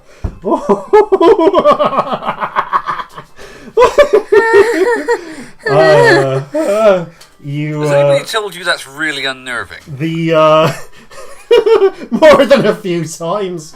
Okay, so the colours were bright and colourful before, and now they're starting to peel off objects in little swirls, floating away from them. Oh dear. Something's really weird. The weird things are starting to happen with perspective, and you know, if you look into there's no glass in this bar, but you look into the glass you kind of look into a nearby pint glass, and you just see your reflection, and your reflection tilts its head, but you're not tilting your head. Oh no. I feel strange. I took lean down to Corzin and going, I'm telling you, the fucking brandy's got fucking drugs in it, darling. I've not had enough to judge, but if you're seeing all the pretty colours and things are starting to leave trails in the air behind them, no, that's what happened last time I drank it. Okay, give me. He raises his glass. Okay. For It's extra a fun, function of whatever it's made out of. what's your favourite animal? Monkey? Okay, he raises his drink. Cheers! And knocks it back. Give me another constitution save. Fucking hell. Oh no, 15. Okay, that's your first failure. Oh dear. So, this time as you knock it back, you look over and you can see Jeffrey's on your shoulder, but his fur is now golden. And you just hear and creeping out from behind, swinging up out from behind chairs all around you are dozens of other monkeys, some of them swinging on vines that are now coming out of the ceiling. And yeah, this bar is starting to acquire a curiously jungle theme. You can kind of So many monkeys. you can kind of hear this weird dreamy music coming from somewhere. It's a bit like when magic does that strange thing. Is it a bit like the backing? It's exactly the backing music. Okay. I can see through the fourth wall. Or I can hear through the fourth wall. That's And you arguably see worse. loads of people sitting by their laptops listening to you. That'd be Fighty, awful. That'd be so awful. you see Fighty point at one of the monkeys and giggle, and the monkey kind of waves back and actually.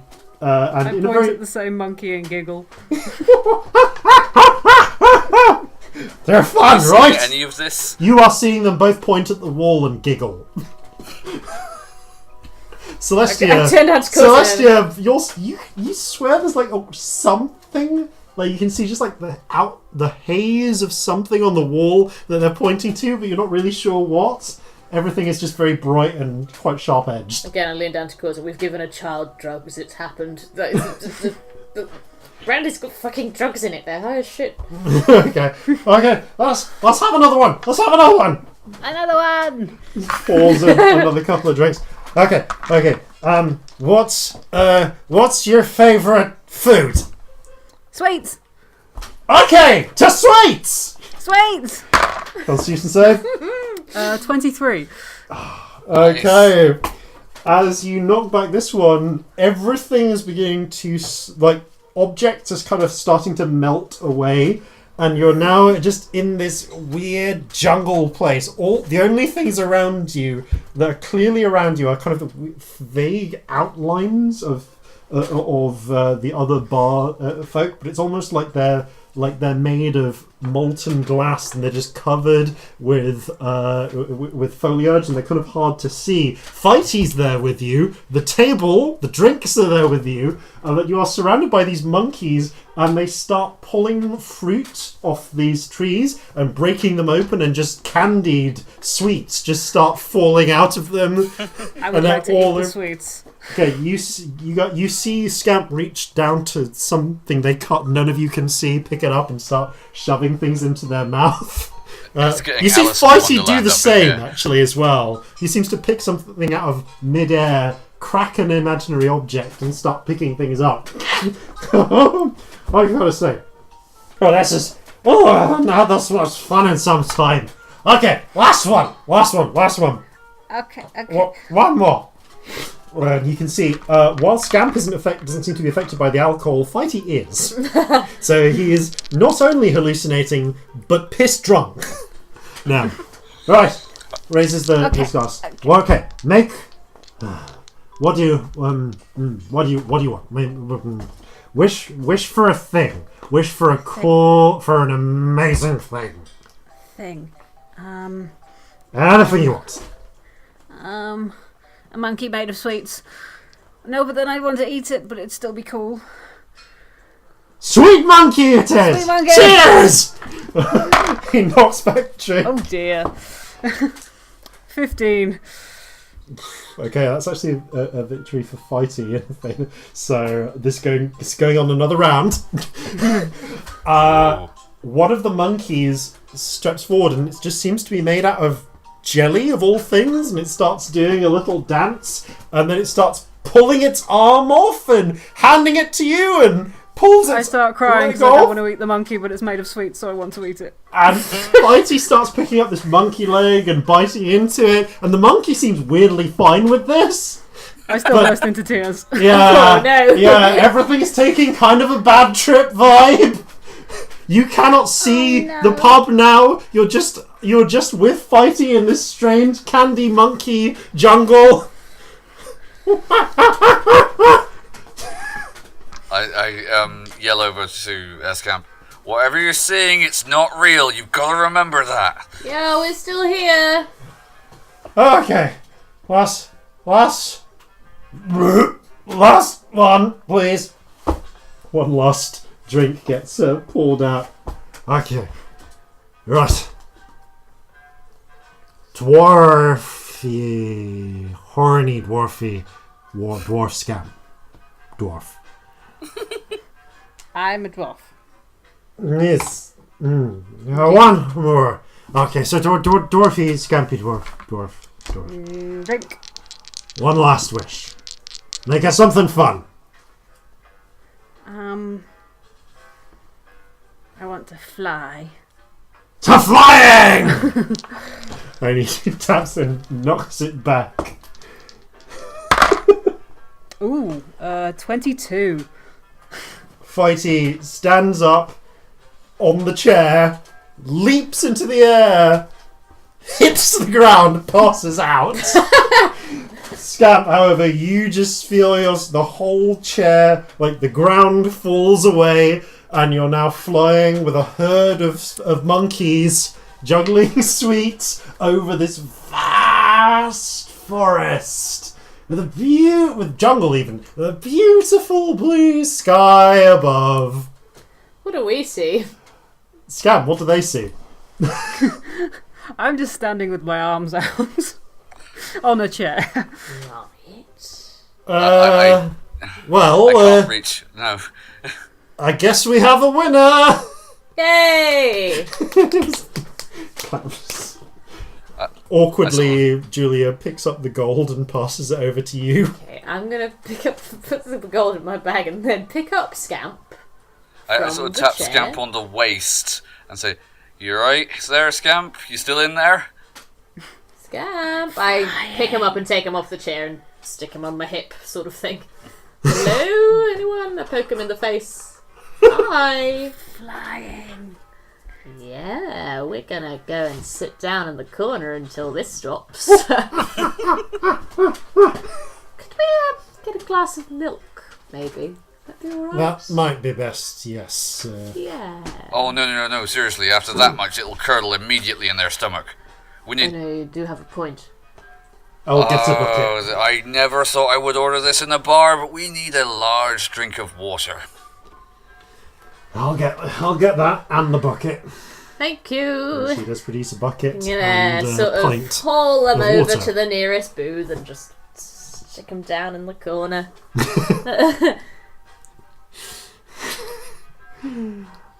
Scamp, it takes the better part of an hour before you're sailing through the sky. You finally descend back down into the forest, and there's a very comfortable seat. You take a seat on it, and Jeffrey's there, and is being. Jeffrey stops juggling sweets and starts going. And you blink, and there's a pub here. We've landed, and. Is Fighty still out cold? Fighty is out cold. There's less trees here, and Regent, your head hurts. Where'd all the monkeys go? There was only one monkey here. Jeffrey's still here. Drink the water. I drink the water. It feels... Oh god, everything feels awful. Everything feels awful. Can I have been playing songs and see if I can get any tips while... Yeah, give me a Scamp's been- performance check. Thanks. Ah, shit. Oh no, that's alright, actually. That's 17. Okay. Yeah, you do For actually... someone who's half cut, that's amazing. I'm not crazy half cut. I'm a little you cut. do make 6 silver pieces. Hooray. Just most of it in coppers, but you know, you do a reasonable trade. Yeah. My usual spiel with too many illusions happening, lots of backing vocals, lots of weird beats and dancing lights and shit. While your blissed out quotation marks dwarf in the corner is just Whee! the bottle of gnomish brandy has gone back into the cup under the bar. Until some idiot asks for it again. I give the money to Scamp when they come to, by the way. And as the three of you end up staggering eventually, out of the bar, probably by this point mid to late afternoon. It's really bright. It's really bright. I don't like it. How do you want to borrow my sunglasses? Yes, please. Okay, there you go. I squint a little bit, but I give for it a to while. Scamp, yeah, that's a little better. As you stagger your way out, that I think is where we're going to take our break. So we'll be right back with you, gentle listeners, after these, no doubt important, messages. And now a word from our friends at Cheaper by the Dungeon. Hey everybody, it is Seth, the DM for Cheaper by the Dungeon, and we are a D&D 5th edition podcast. Our whole deal for our campaign currently is kind of treasure hunter themed. The players Normandy, Zippy, and Darian are looking for a grand treasure, but at the same time they'll probably screw it up and do whatever they want and become like farmers or something. Either way, it'll be a fun time. You can find us anywhere you get your podcasts, which is like Spotify, iTunes, Google Play, any other ones I'm missing, which is probably a lot. But anyways, we just like to have fun, hang out, and screw up my DMing and plans. So if you like that, tune in. We release every kind of other Tuesday, so hopefully come in and check our show out. Thanks, everybody.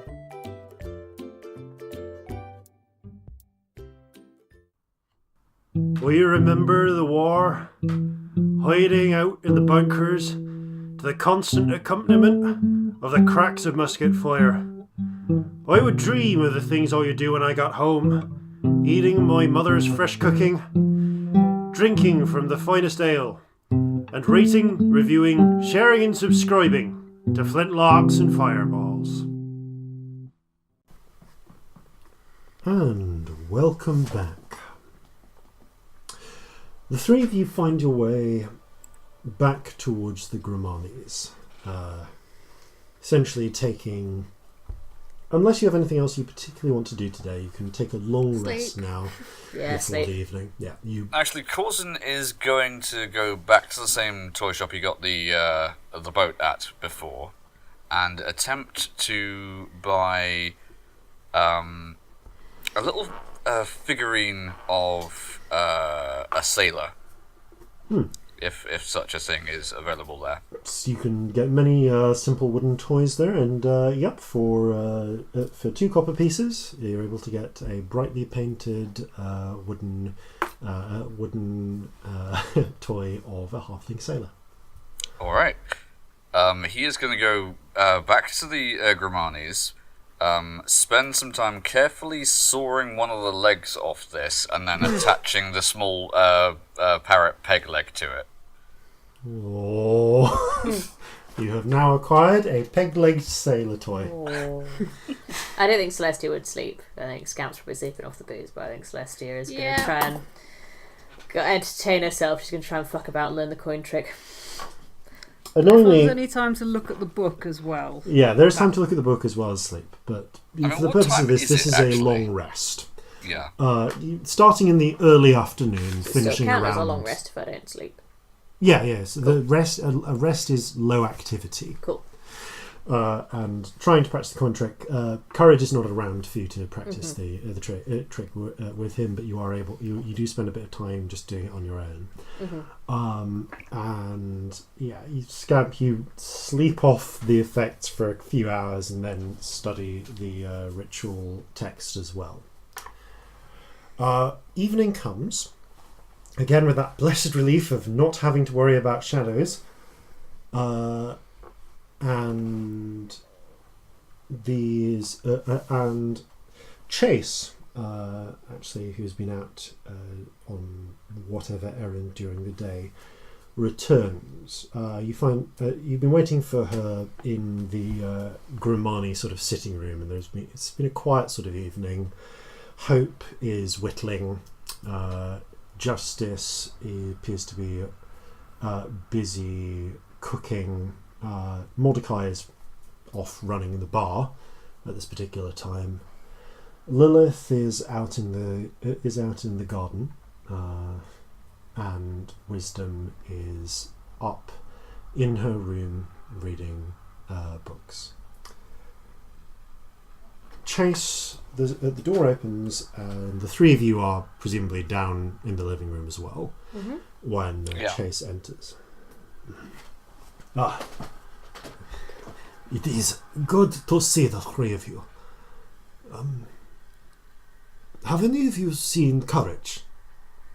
No, not today. Why? Don't think so. It's strange. Courage is given to wandering off for a time, but I've not seen him in the last 2 days now. Getting a little concerned. I mean, we saw him when we robbed the pawnbrokers. Did you see him after that?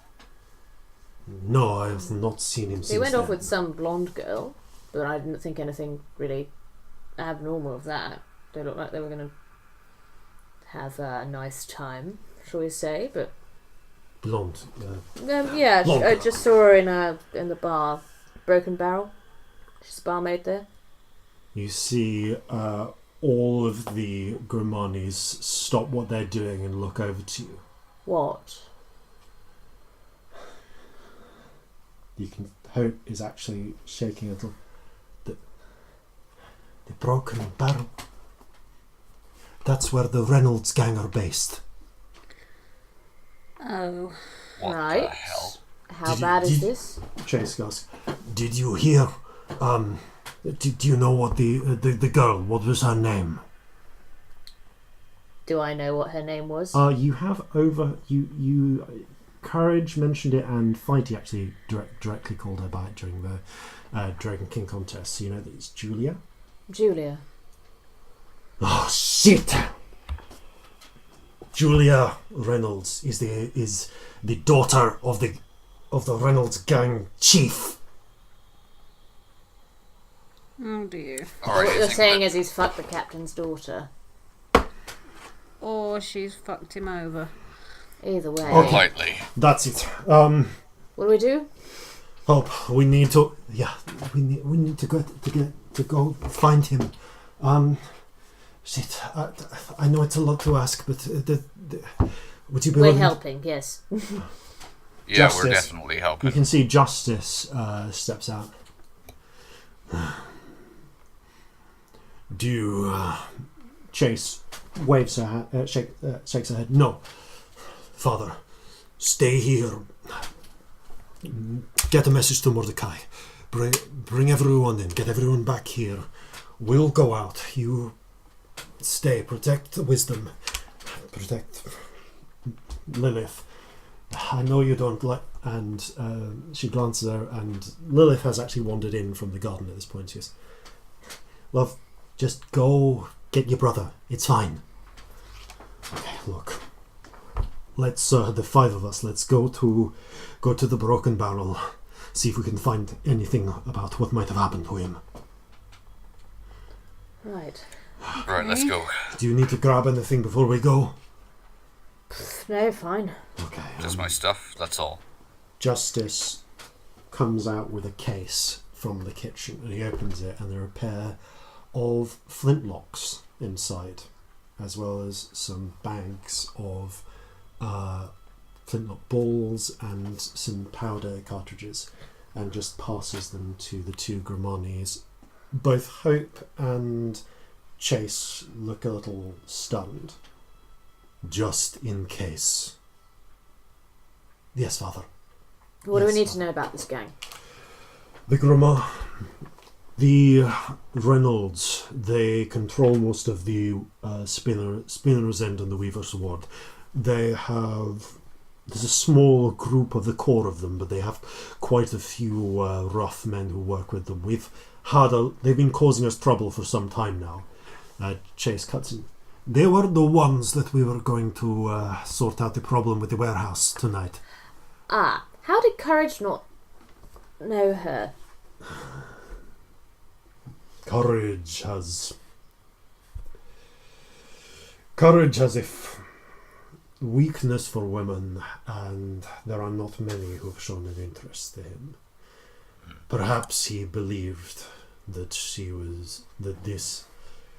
I do not know how he justified it to himself. I wish he had told me. but never mind. He wouldn't be the first, he probably won't be the last. Come on, let's just go and make sure he hasn't done anything stupid. I wasn't trying to judge. Sorry. It's alright. We've all done stupid things. Fallen in love with stupid people. Right. That was an in-character laugh, by the way, just in case anyone was wondering. Hope, you can see, tucks her blackjack into her belt. Chase and somewhat... Both her and Chase awkwardly stuff the pistols in and attach the ammunition as well. All right. Come. We'll go as quickly as we can. While we're walking, how many people?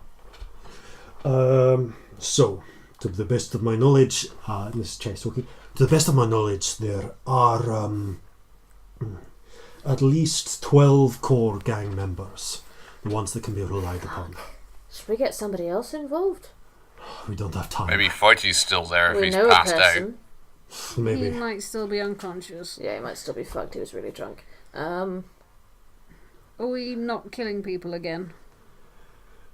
The Hope and Chase both glanced at each other. If we have to. Let's try not to, but if we have to. Okay. I just want to make sure my brother is okay. We will. Yeah, let's figure out what his situation is first. Okay. The five of you make your way quickly across town, and Scamp, you've spent a bit of time in town already. You know you've already started to pick up the quicker ways, and you and Hope both lead cuts through the back alleyways, through the Warrens, past New Glazer's ward, across into Spinner's End. Five of you find yourself out front of the Broken Barrel. The Chase and Hope both seem uncertain. They're hesitating. So I'm going to grab him by the shoulders, and so I can see Corzin and Scamp as well. I'm going to go, this is going to be fine. We're going to get him back. Okay, we've got this. And you're going to see a little rainbow flash in both of my eyes, and you're all going to get 5 temporary hit points. And, I mean, if we were in combat, you could move, but, 5 temporary hit points anyway. Okay. Just noting that down. Do you want me to send my friend in to have a little look around? It's not a bad shout, actually. Actually, yeah, your friend's less noticeable. Well, no one can see them. Just to see if he can find anything. That's not a problem, says friend in your head. Tell you, all right. Where do you want me to look? See if they've got a basement. See if there's any sign of anyone being held. All right. Please. No, not a problem. Just stay within. It's easier if I can move the. All right, get close up to it. I've got to keep close to my skull, but I'll see what I can find. Okay, thank you. You huddle up against the side wall of the house. Okay, can you, for convenience, friend has the same investigation modifier you do. Make an investigation modifier, please, Scamp. 17. Oh, good. Because I am not smart. Can you also make a perceptions check then? Friend also has the same modifier for you. I'm going to say. Friend is not very perceptive. That's a 12. Okay. After 4 minutes of just tense waiting, the five of you huddled by. You hear a voice return, speaking once again in your ear, Scamp. Okay, there's someone else at the bar. Looks like the guy with the big arms who passed out earlier in the day. So it's not the woman you're looking for.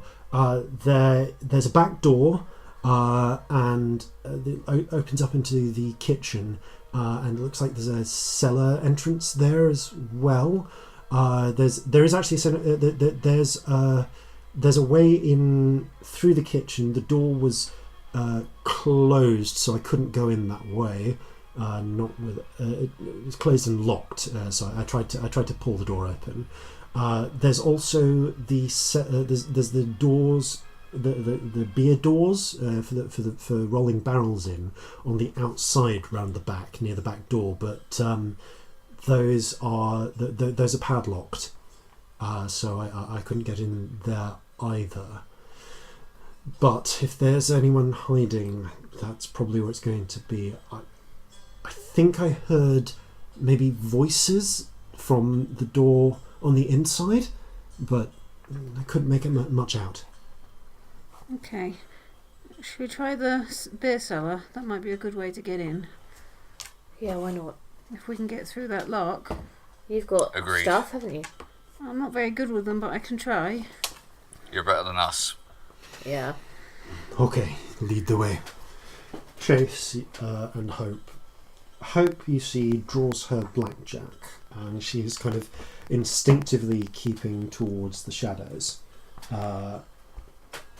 Quite well from the looks of it as well. I will do the same. Yeah, can I ask you for a stealth check then, please? All of us? Anyone who wants to. Yeah. And just check. I have advantage, that's right. Good. I'm assuming as 19. this isn't a sight-based check, my outfit doesn't do anything. At this stage, no. Okay, and I'm going to pull my boring cloak around me. Okay. That's alright. That's fine. Yeah. So, Scamp, what was your check? Dirty 20. Okay. Corzin? 19. And Celestia? 17. People Pretty also good. have disadvantage to see me. Oh, That's worth noting. yeah. And Chase also didn't do badly either. Boots, Okay. yeah. He doesn't make a This sound. is true. Corzin, you make no sound where you walk. But I'm keeping this just in case you do some sneaking as well. Yeah. Okay, so you make your way stealthily towards the back. There are open windows here, but you crouch below them, and you can hear the sort of chatter and such coming from the tavern. It sounds like there's quite a bit of noise there. Someone's playing a fiddle. It just seems to be an ordinary day. But kneeling down and peering, you can just see between the slats of the heavy doors there is light inside the cellar. There's a thick padlock on the cellar doors as well. Okay, no harm in trying, I guess. Yeah, I will give it a try go. and unlock it. Okay. Give me a Thieves' Tools check. Ooh, that's another dirty 20. Takes you a Nice. few seconds, but you select the skeleton key you need that you think will be right for this, and the padlock swings off with just a little creaking, more from just being a little rusty than anything else, and you carefully unhook it off. The cellar door is now unlocked. Can we hear anything? Give me a perception check, anyone who wants to. Oof, 7. 19. 11. With a 19, you can hear a sound like, and occasional. I say to the others, sounds like someone's being beaten up in there. Right, that's the one then. Right. Let's try and go in stealthily. I'm going to cast Mage Armour. Okay. Oh, well done. You tie the That leather never to happens. your horn.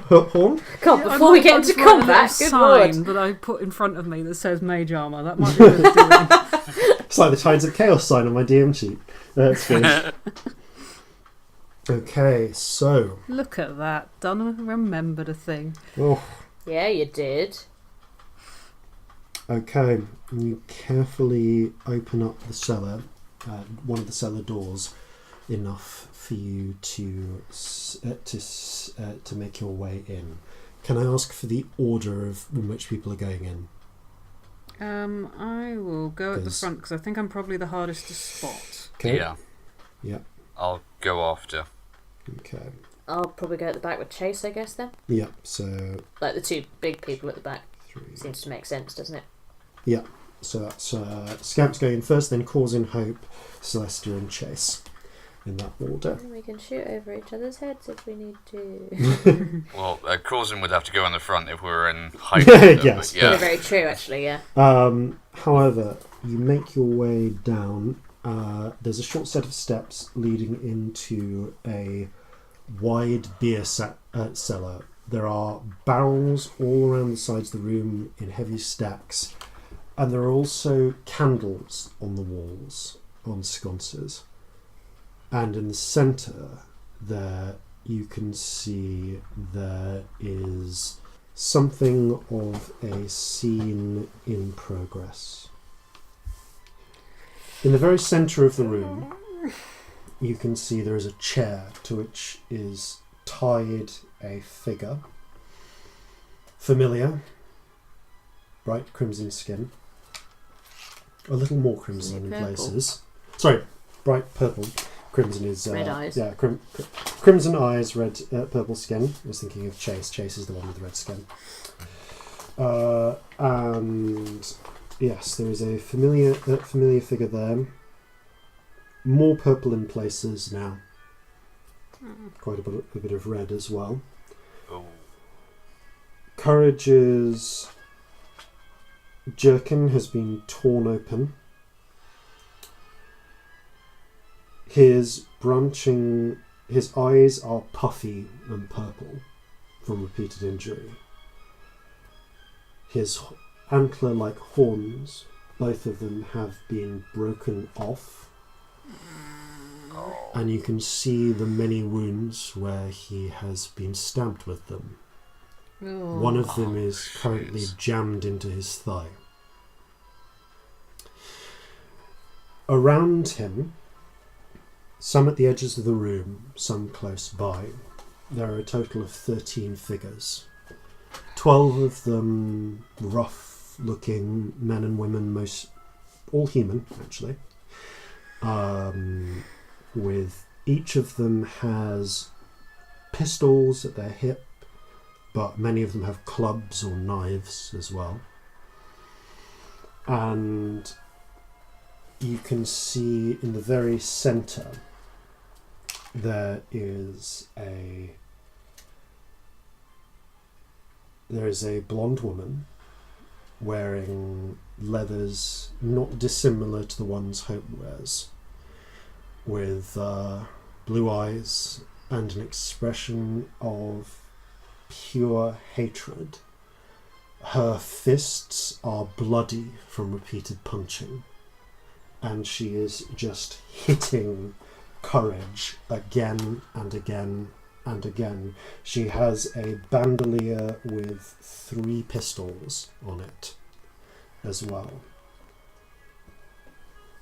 So disadvantage for anyone to spot you, Scamp, which for everyone makes that. So they have advantage because there's multiple people looking, but makes it any straight roll. As you reach the top of the stairs, it doesn't look like any of them have spotted you.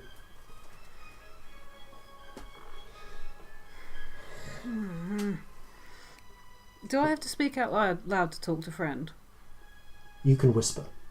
Or you, in fact, you don't know, actually. You've never tried just subvocating. Can I try thinking to him? Okay, what do you say? Friend, can you untie him? I'll see what I can do. You Thank feel you. a presence leave you. Roll me a d20, please. Oh. Natural 20. Nice. Okay, so the position is... so Chase is facing towards you, with Julia, her back is to you. Actually, there's Courage, do you mean? Sorry, Courage. Courage is facing towards you. Wrong one. Courage is facing towards you, slightly at an angle, with Julia mostly back to you. They're at like a 60-degree angle. And so you can just make out the loops unbinding from the back of where Courage's hands are, and some of the other ropes tying him to the chair. but he's not really responding except for occasional grunts and moans. You get the feeling he has been tortured here for some time now. The fact that he's even letting out any air is all that's telling you that Julia is not just beating a corpse. How many of us are there? There are 5 of you. There are 13 of them. 13 of Do you them. say that aloud? No, I'm just looking. Okay. From where you are right now, Chase at the back hasn't yet been able to see this, but you can see Hope has has one hand on her blackjack, one hand on the pistol, knuckles even whiter than usual. We can't walk away from this, do we? We've got to go in. Agreed. Is there a way we can get some of them out? I'm whispering this, but obviously on microphone that's hard to do. So yeah, I mentally think that I'm whispering this, but is there a way we can draw some of them out? 13's a lot. I can't think of a way. I can't think of anything. I just want to throw things at them. Julia throws one heavy punch and... can I run out back? Okay, you're able. Very quickly. You start running. You Like creep back out up the back. stairs. Yep. And can I go sort of out the front and do a thunder wave and then run away? Okay. Like run out front, do a thunder wave, run back round the back, if that makes any sense. On my guitar. Yeah. So you run out up to the front. Boom! And all of and about you can hear it 300 feet yeah, away. you can hear it 300 feet away. They can loud. clearly hear it. And you can see the other a number of the thugs and Julia look up. Shit. Looks like they've finally not. It looks like someone's come to see what's going on. She draws out a rag and wipes off her fists. Pulls from her belt. You hadn't really been able to see it before. The jagged-ended piece of Courage's other antler. Tosses it to one of the men who catches it. She gestures to about half of the thugs. You, with me. We have what we need now. She glances over to the one with the antler. Kill the demon spawn and let's wipe out the rest. And she strides off with the others in tow towards the way out of the other way out of the cellar, back up towards the pub. Well, as soon as she's out of the sight, I'm throwing an attack in. Yeah. Okay, yeah. It's taken a Wasn't lot this to too? not do it already. Yep. Yeah. So Celestia is currently running back up the and stairs, actually, by the way. as to this join is them. happening, you can see the last one. So the moment she's going up, the one has stepped in front of Courage, gripped him by the hair, and is raising the dagger to just not the dagger, the antler. I will hit that one. Yeah, so I'm going to say bonus stealth round. Everyone, please roll initiative. Am I back Natural enough to roll 20. initiative? Yeah, I'm going to say you're. You Because run. I'm thinking that I ran down, did a thing, run came in back. on your turn. Yeah, I don't get a surprise, but yeah. No, you. 16. So initiative. So 13 for me. Okay, 13 for Celestia, 16 for Corzin. Scamp. Natural 20. Nice. 20 for Scamp. Okay, and Hope. Bad luck, Hope. And also natural 20 for Chase, who actually has slightly less dex than you, so she goes after. And let's roll for the Reynolds gang. Okay. With that in mind, Scamp, you're up first. Second level chromatic orb and tides of chaos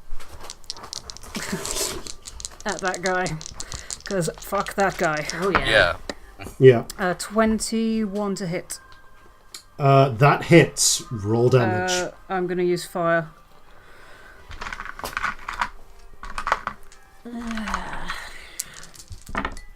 That's a bit balls. 20.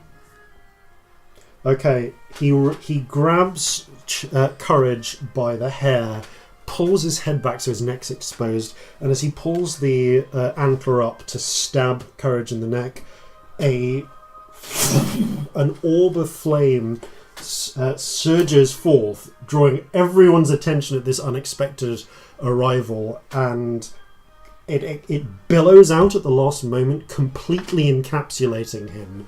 And just a moment later, this charred cinder of a man crumples to the ground. Good. Awesome sauce. And I would like to go and stand over my friend who is very unwell. Yeah, you run forwards to Put Courage. myself between him and as many people as possible. Okay, yeah, they're all around they're surrounding the room. The 5 that are still there. But you just, but at that point you just hear them go, more of them. Chase, you can just hear her suppressing a scream, just this low, as she leaps forwards and, by instinct, not using the pistol, she runs up to the nearest Reynolds and just pile drives him with her fists.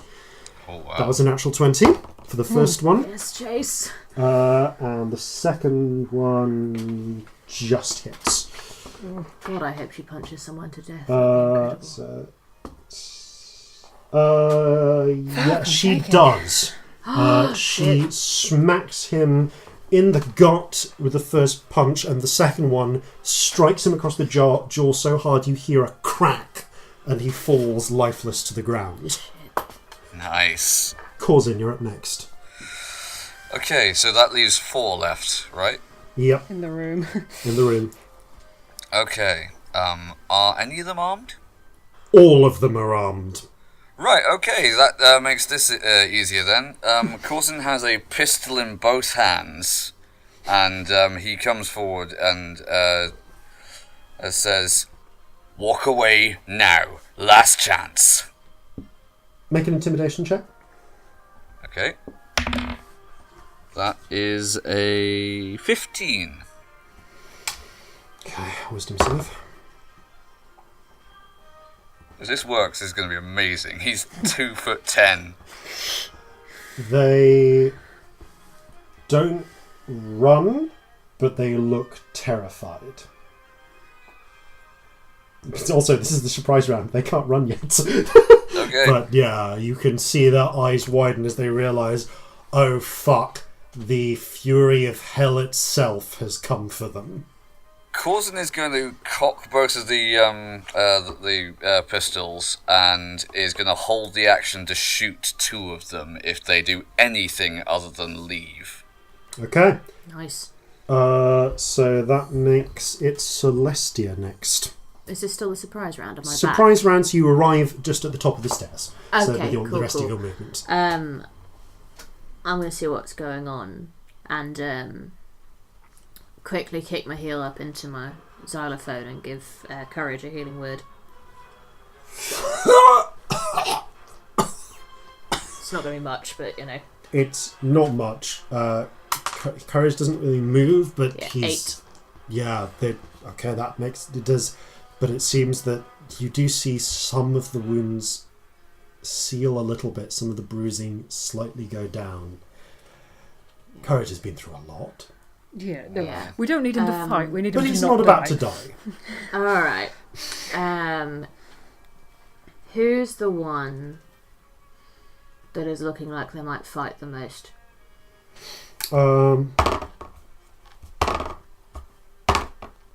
There's one who's currently closest. The one who's actually near the back by the exits of all of them, and therefore the one who's not right next to the 2 people who just got straight up killed. Looks like you can see he's going for his gun. I'm going to say You need to step the fuck down or it'll be the last step you ever take. And I'm going to cast Dissonant Whispers at 2nd level. Roll damage. Okay, also, he does have to run away from me away, for his yes. action. Let me check. I think it's 46, yeah. If he's still alive, he has to run away anyway.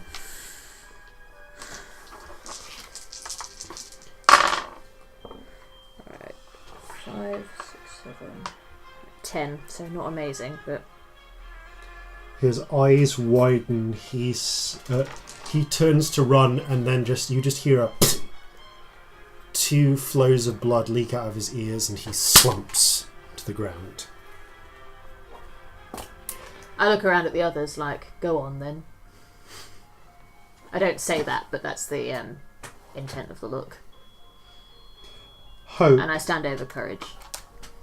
who has still not been seen up to this point, you see one of them turns away as if to run, and she just moves straight up behind him, slinking through the shadows with speed, and takes the leather sack full of ball bearings and strikes him right across the back of the head. He goes down like a sack of potatoes.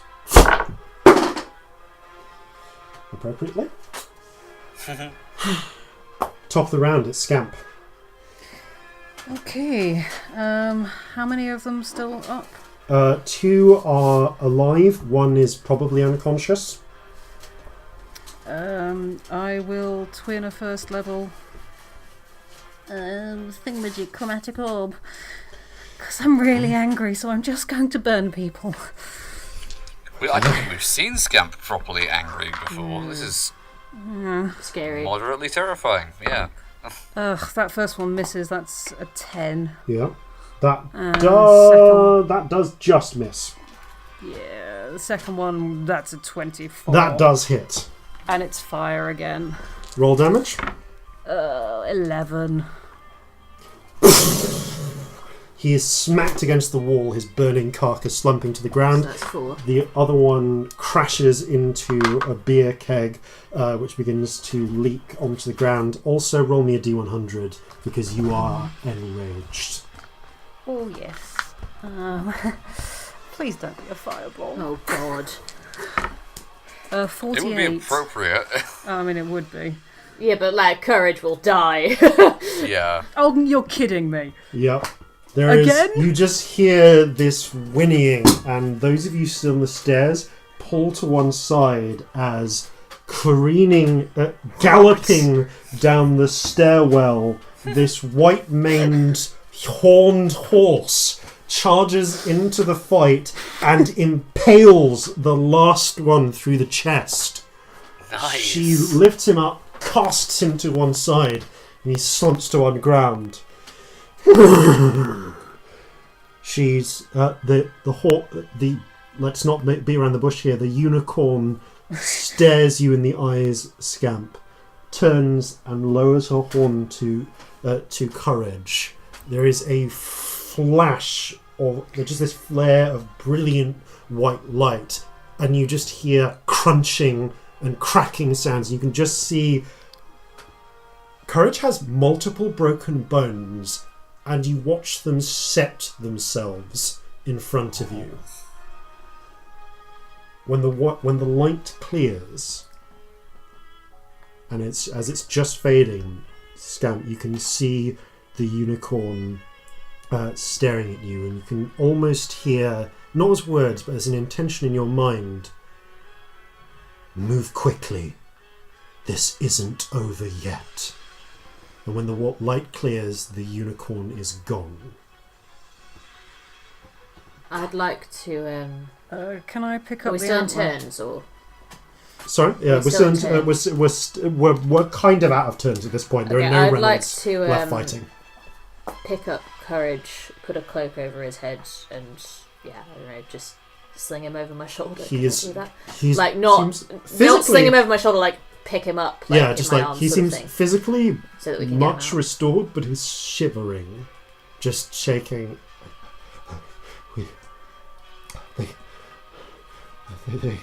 I'm sorry. I'm sorry. They tortured me for days. He looks up, and although there's no more physical injury to him, He's still got an antler in his leg, hasn't he? The antler seems to have come out as part of the... Can I pick up both the antlers, You pick up please? both of the antlers. The antlers on his head are still broken off, but he looks up to Chase. I'm sorry. They know where the compound is. We have to get go. home. We'll run. I would like to Apologise later, throw we gotta get out a of lot here. of fire bolts down as we leave and burn the place to the ground. Okay, and yeah, as you do so, you see the few kegs down here that are whiskey barrels and not beer barrels, and you just immediately the whole cellar begins to go up in flames as you storm out. Courage is just about keeping up with you, but I've still got him, I think, haven't I? yeah, you're kind of holding him and sort of helping him along. Okay, cool. But although he seems like his injuries have been healed, but the exhaustion and privation of days of torture are still with him, to say nothing of the mental effects. He is not in a state to fight, I will say. I mean, that's a Slow shocker. us down. Yeah. Yeah, but he Alright, is let's able to check out keep the pace front. with you. Yeah, Okay. I'll just pick him up if he gets too slow. Yeah. I will lead the way. I can lead the way fast. Okay, you run quickly. It seems like you're not the only person who knows the ins and outs of this city. No, I didn't think I would be. By the time you get to the about a street away from the Grimani compound, you hear, and as you race forwards, you can see where the front of G-Frey Textiles Merchants the door has been blasted open by what appears to be a blunderbuss shot. Can we see anyone? Not from there, but But as you're running up towards the entrance, you can now hear the sound of gunshots coming from inside the warehouses. Right, let's move fast. Run. You chase for run forwards. Okay, so this is where this as you burst into the warehouse itself. You find, let's see, it's a warehouse first of all. The warehouse is dark, although you can now see the glints of light coming from the windows that normally shuttered up beyond. Who goes in? Are you in? I want to know who goes through the door first. I don't think I'd be at the front because I've got courage I leaning think on I me. still am. I'm not stopping or thinking. Okay, no, Scamp then. That's cocked. Corzin guess- bringing up the rear. Yeah, as you Scamp. As So maybe Scamp, Hope, yeah, me Scamp. and Courage. Yeah, Scamp. Chase, It'll be Corzin. Scamp, Chase, then Scamp, Chase, Hope, Celestia, Corzin. Okay, so as that's happening, Scamp, as you come up. I've still got my hood up, so I don't know if they're going to be struggling to see me still. Shit, you're right. Okay, I don't know. you're not. I'll say they need to make a 10 then, because you're I'm not you're trying not. to be stealthy. You're not trying, but you are still behooded and difficult to see. Okay, you can see then. Shit, yeah, that hood is really worth it. The moment you step in, you can see there are two of the thugs with pistols trained on the doorway, just in the dark and everything. They don't seem to have noticed you the split second you enter. Nice. I will throw a firebolt at one of them. Okay, roll an attack roll. 19. That hits. Roll damage. Ugh, 2. Ooh, Okay. courage is discharged, isn't it? Oh, I need to level up. The Damage goes up next level. the fireball catches him in the shoulder and goes, "Oh shit! There's more of them behind." Okay, now I'd like everyone to roll initiative again, please. Okay. Yep. Oh god, please make this good. Oh, it's not good. 15. Oh, 15 from Oh, you. hey. You're definitely first though, mate, Yep. because you've got higher dex. So Okay. 15 Corzin, 15 Celestia, 8 was that? Yeah. Okay, 8 Scamp. Let's do one for Courage is hanging back. He's not in a state to fight. Good. Yeah. So it's 7 for Hope. Chase. Chase is even worse. Okay. And then let's find out when the Reynolds fight. Okay.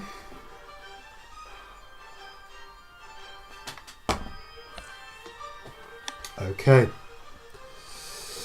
With that in mind then, Corzin, you're up first. You've just seen Scamp fire the firebolt in. The doors are wide enough for you to get in as well. Alright, if there's 2 guys there, I'm going to try and headshot both of them. Okay, you pull in and just give me 2 attack rolls, please. Okay, the first one is 21. Okay. Nice. That hits. Roll damage. That's 5 percussive.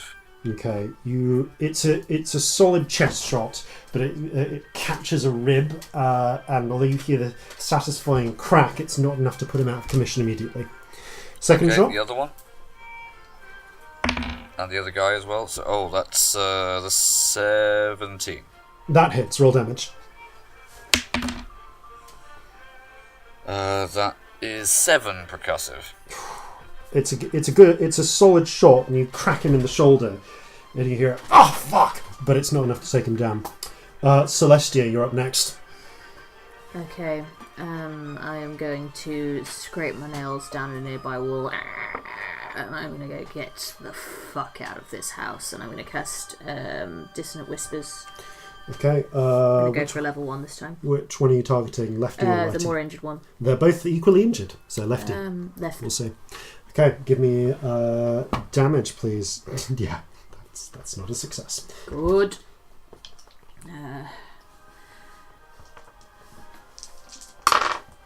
That's good. So 16. He suddenly, you see him turn. His hand twists, and the gun turns round and fires. He just slops to the ground. I do not flinch. Yeah, no. Okay. One act of very assisted suicide later. The other one, seeing what the fuck has just happened, is going to go for the magic user, I think, in this situation, who just called him, and he's going to fire a shot at you, Celestia. That is a 14. God, that is my armor class. That means it hits, doesn't it? That means it hits in this edition. Yep. Okay, so it's a glancing shot. However, you take 2 points of damage as it just grazes your arm. I glare at him. Oh fuck! He runs through the far door into the central courtyard. Yeah, I say under my breath, yeah, you better fucking run. You hear the sound of more gunshots from within the warehouse, and now that you look, you can hear the sound of crackling through the through the painted over shuttered windows. You can see glints of red and yellow from inside from inside as well. Okay, that makes it Scamp next. Okay, can I... there's no one left in this room, There's no one left in this room. You have enough movement to get to the door, to get to the now open door to the central courtyard. Okay, I will do that. Okay, running into the central courtyard, there is an out-and-out gunfight in progress. The central chamber has as mentioned before, it has the artificial stream with the koi pond stretching across it, the little bridge in the middle. There are also planters with trees and such scattered around, and there's a sort of false colonnade in places. There's a little gazebo in one corner with a swing. The part of the western wall and the attached warehouse is now on fire. You can see where someone has just hurled a Molotov cocktail straight into the wooden walls there to set it ablaze. You can see that there is a door at the northern end. It leads into the Grimani house. At the southern end, there is a door which you are now standing at, Scamp, leading into the entryway. You can see now Mordecai is taking cover behind the gazebo and has a pistol himself. He seems to be firing back at various Reynolds who are taking some of. There are 7 Reynolds here. It seems they picked up another couple while they were up top that you can see of just General Reynolds gang members. Some of them are hiding behind trees, others are more standing openly or running across, trying to fight their way towards the towards the far end. Some of them have pistols, 2 of them have lit Molotov's cocktails in their hands. But you can also see hiding behind, taking shelter behind a pillar in such a way that they have a bit of cover both from the southern and the northern door, is Julia Reynolds, firing a pistol in either hand, another one in her holster. You can just see that the northern door is slightly ajar, and it looks like Justice is there, firing back with a pistol as well. Everything is a mess. What would you like to do, Scamp? So I've got a clear line of sight on Julia. You have an obscured line of sight. She has cover if it makes a difference, but otherwise, yes. Well, yeah, probably. Can I move so that she's got less cover, or have I run out of movement? You're out of movement there. You've got to the entryway, and that's as far as you can get on this round. Balls! Don't want to waste a good spell if I can't get around it.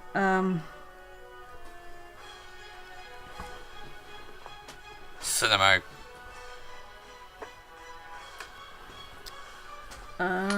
I will sort of its Phantasmal Force, Julia, because that is not based on cover. Okay. Intelligence save, right? Yes. That's a 15. I think that's the DC. That is your save, I'm afraid. Yes, that's my save. Shit. Strange. You can just see the outlines of phantasms appearing around her, and you see her shake her head and curse, "Fucking demon magic!" She seems able to disbelieve it.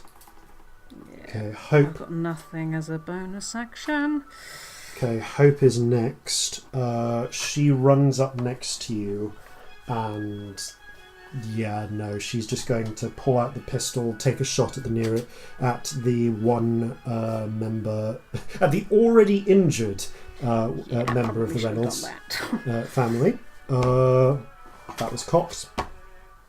That hits, and she shoots him dead in the back, and he slumps down, splashing into the koi pond. Okay. Bad for the fish. Yeah. Chase runs forward, and she just charges screaming into the nearest Reynolds.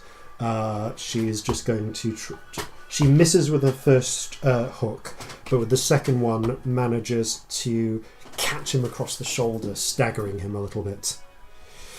However, she's now quite openly in view of the rest of the Reynolds, and he's still up. Top of the round, Julia. It's Julia's turn, and she turns the 2 pistols on. Seeing Chase arrive, turns them onto her, but she's calling out to the door. "Show yourselves, monsters! Show yourselves and have the courage you didn't have 10 years ago! And she fires two of the pistols at Chase. One of them jams. She tosses it to the side. The second one, that's not enough, but she's going to burn a superiority die to make sure that one actually hits. Okay, her second shot strikes Chase, dealing a total of... Just double check that. Yeah, dealing a total of 7 points of damage. So Chase, thanks, is actually relatively fine. But she pulls a third pistol from the bandolier, fires that as well, and that one does easily strike. Does the Gormanis have Hellish Rebuke? They do, and in fact, as the first shot strikes, Chase screams out, "Not today!" And there is a burst of flame around Julia, Julia fails that. 9, 3d10, isn't it? 14. Ridiculous. Yep, she takes 15 points of damage as flames curl up around her. Yep. So, however, the third one does hit, however, and Chase takes another 6 points of damage from the gunshot. At that point, Julia is going to move, hopping across the koi pond to a tree, to a pillar closer towards the gazebo. However, at this point, the door to the north opens, and you can see Justice Justice has the pistol in one hand. In the other, he has a long seaman's sabre.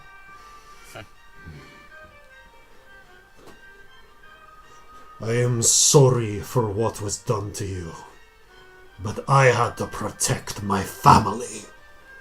And he charges forwards, fires one shot at Julia as he goes out, misses, but then hacks twice with the sabre at her.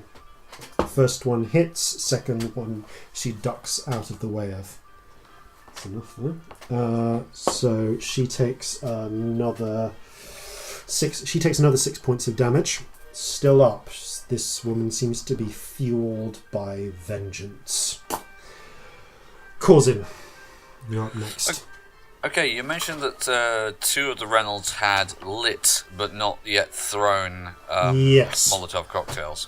He is going to attempt to shoot both of these so they explode in their hands. Okay, you run up towards them and fire. You run up to the entryway as far as you can get and fire. Give me 2 attack rolls, please. Okay. That is a 19. That hits. And a 24. Okay, both of them hit. Can I ask you to roll me 1d6 plus 1 twice, please? 1d6 plus 1. Because you are striking the Molotovs. Okay, that's 4. Okay. And 7. Ooh, okay. The Molotovs explode and both of them are covered in flaming oil. Yep, that hit. Does it continue burning? It does continue burning until they roll and put it out. Okay.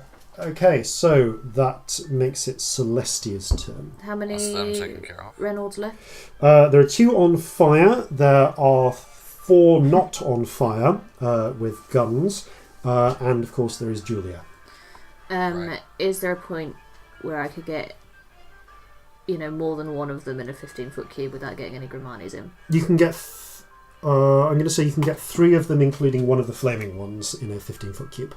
Okay, cool. I'm going to run into that position, Yeah, no guitar, nothing, just and I'm gonna do a second level thunder wave. Okay, yeah, you just fucking death metal scream at them. Yeah, one of them. Let me just check the damage on that because it's second level. Yeah, that's 3d8. Okay, and they do a con save. Oh, that's shit. Fuck it. All three of them fail the con save. I mean, it's 8 damage. Okay, much it's for enough 3d8. to slay the one that was already on fire as he is thrown into one of the edges of the warehouse and splats from the impact.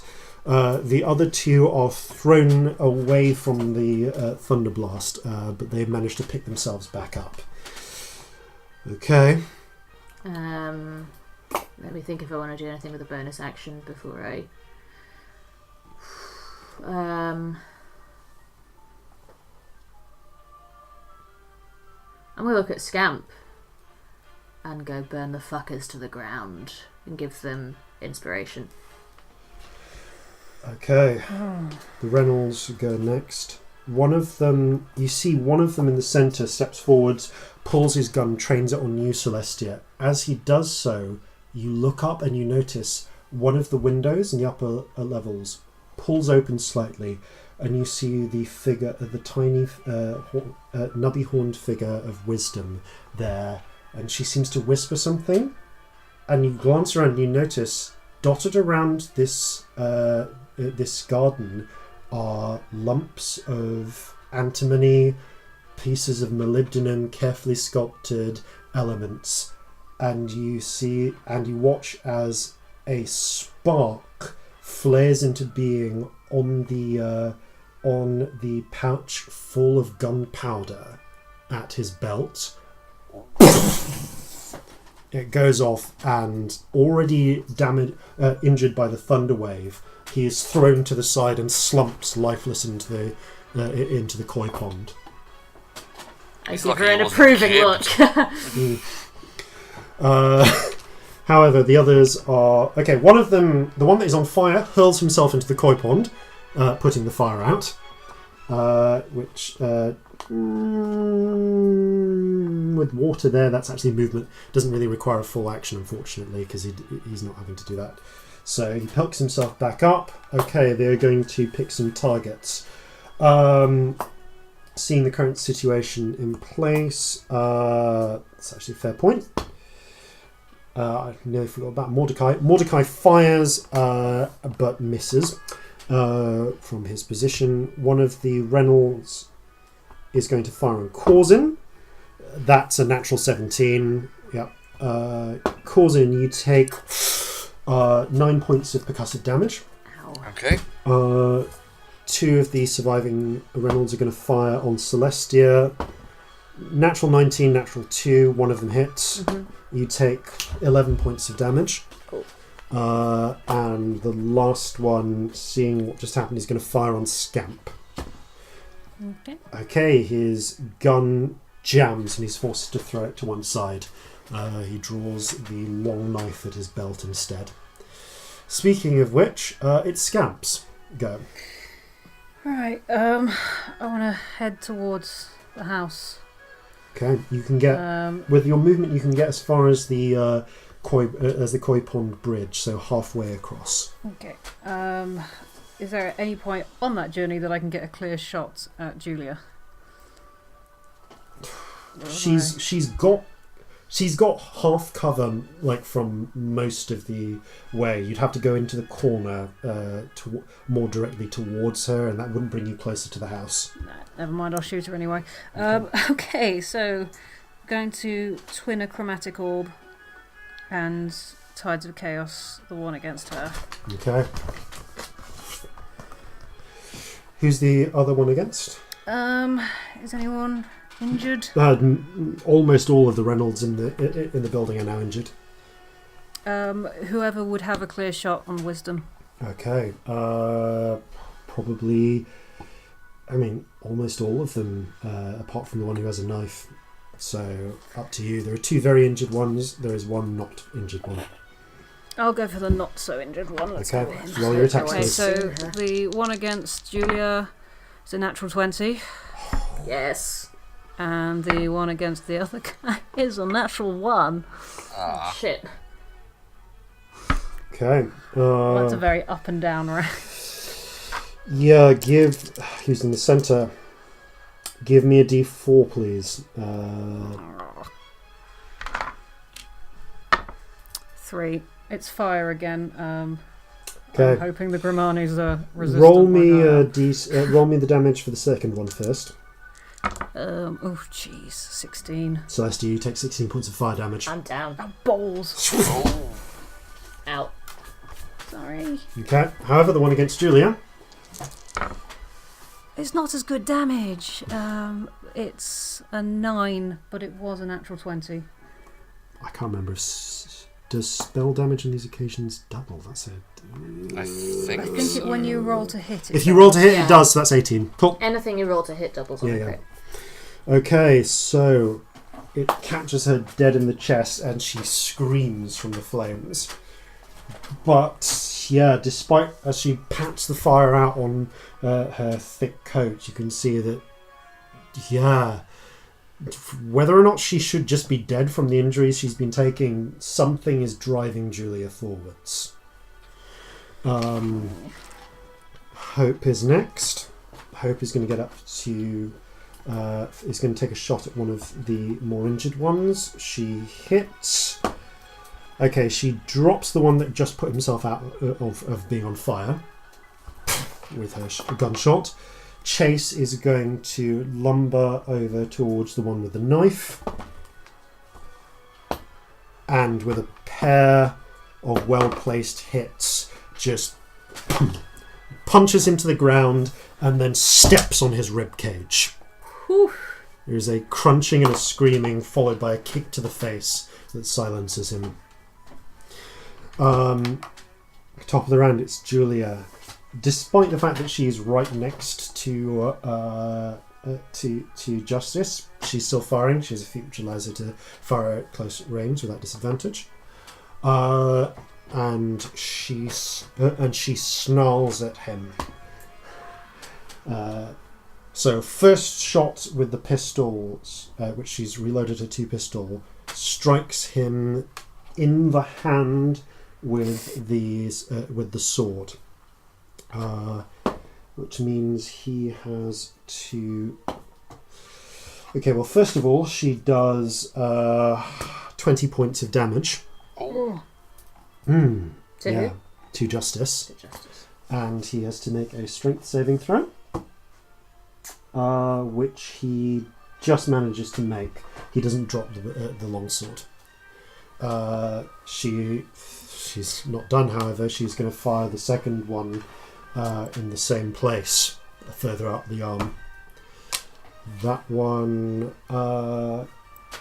would miss, but she's going to spend one of her few superiority dice, which is just enough. That makes it a hit. She is determined to kill Justice. And that makes it another 8 points of damage. Justice is not looking great right now. But he's still up. He's still up, and she snarls at him. I was there.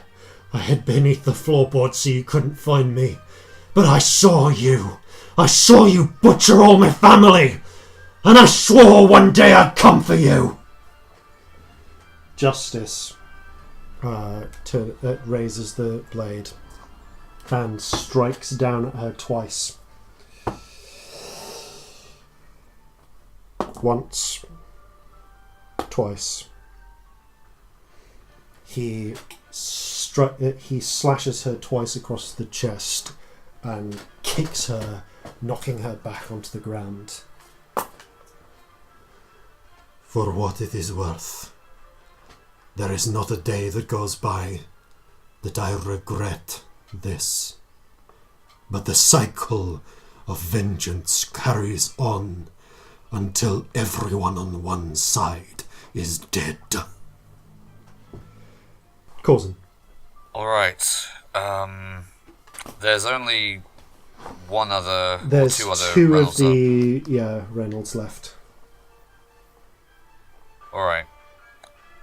If I were to position myself correctly, would I be able to get them in a 15-foot arc? No, they're too spread out. Blunderbuss. Alright, never mind then. You could walk right up next to one of them, though. And get him in a 5-foot arc, as it were. Could do, but no. I think what I'm going to do is I am going to position myself between them and Celestia and attempt to shoot both of them again. Okay, go for it. Right. Okay, that's a 19 to hit. Mm-hmm. That hits. Roll damage. Ooh, 14 percussive. And roll the second attack and damage. Oh, yeah. Damage if it hits. That's 18. Hits. Roll damage. That's 7 percussive. Okay. One of them you blow his brains out with a low shot. The other one you shoot him in the knee and he goes down to one leg. But he's still up, still has his gun. Okay. Celestia. I mean, death save. Death save. Because I'm down, so. Yeah. Alright, it's a success. Okay. Attack roll for Mordecai. Okay, Mordecai manages to shoots the last Reynold, and he in the chest. He goes down. Scamp. Julia is. Celestia. You can get to Celestia. Julia is on the ground in front of Justice. She is, looks to be on the verge of death, and you can see that Justice is standing over her, face shadowed from the flames to the side, licking their way up the side of the warehouse walls, and is just gripping the blade. Shit. Oh, I don't want him to kill her, but I so want to kill her. Up to you, Scamp. It's all up to you. Oh, why would you say that? Oh, fuck.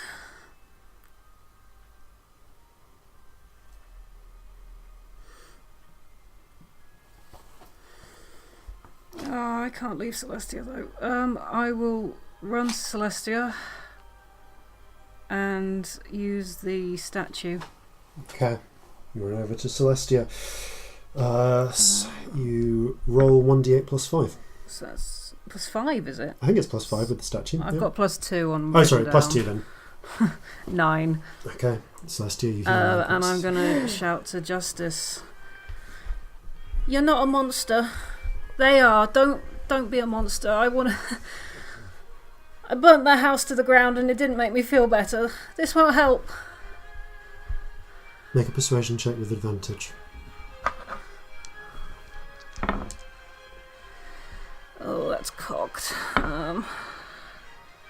Persuasion 18.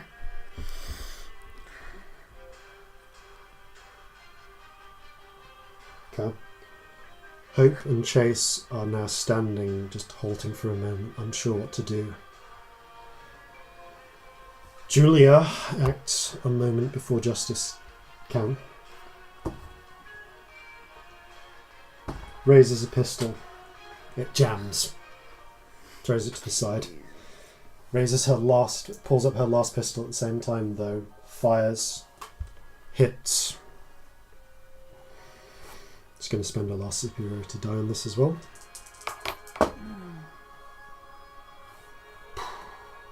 Does a total of 13 points of damage to Justice, firing and just shooting him.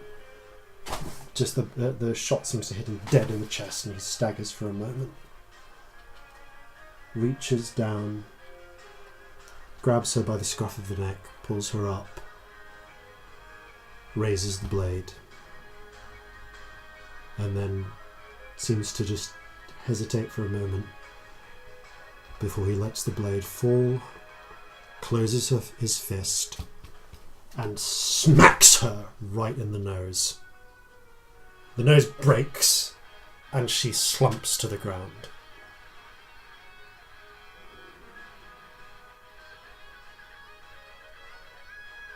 Shit. We need to put this fire out. I will do that. Are all the others down? All the others down. Okay. Frostbite on everything. Okay, give me an Arcana check. Are we please. still in initiative? We're or not can in I initiative. help? We're out of Okay, initiative. can I do prestidigitation and start snuffing out fires as well, Okay, you please? start trying to snuff out fires with prestidigitation. Okay, in which case, Arcana, that's only a 12. you can make it with advantage. Celestia is helping you. Okay. That is not any better. Okay. Corzin will do what he can, but You're starting to get. You're doing your best. You get some of the fires out, but in the Is very it centre. Okay, if it's not working, I'm going to throw the snow globe. Okay. You as you pull out the globe, do any of you want to shout anything? Nope. I don't think so. This could go really badly wrong. Okay, I'm going to quick wisdom check. Okay, yeah, the Grimanis are smart enough to see what's happening. They hurl themselves away from you and the fire, and you fling the globe at the wall. As it strikes it, you see it shatter, and a blizzard bursts forth. Just this whirling torrent of air and snow and ice covering the walls, covering the ground.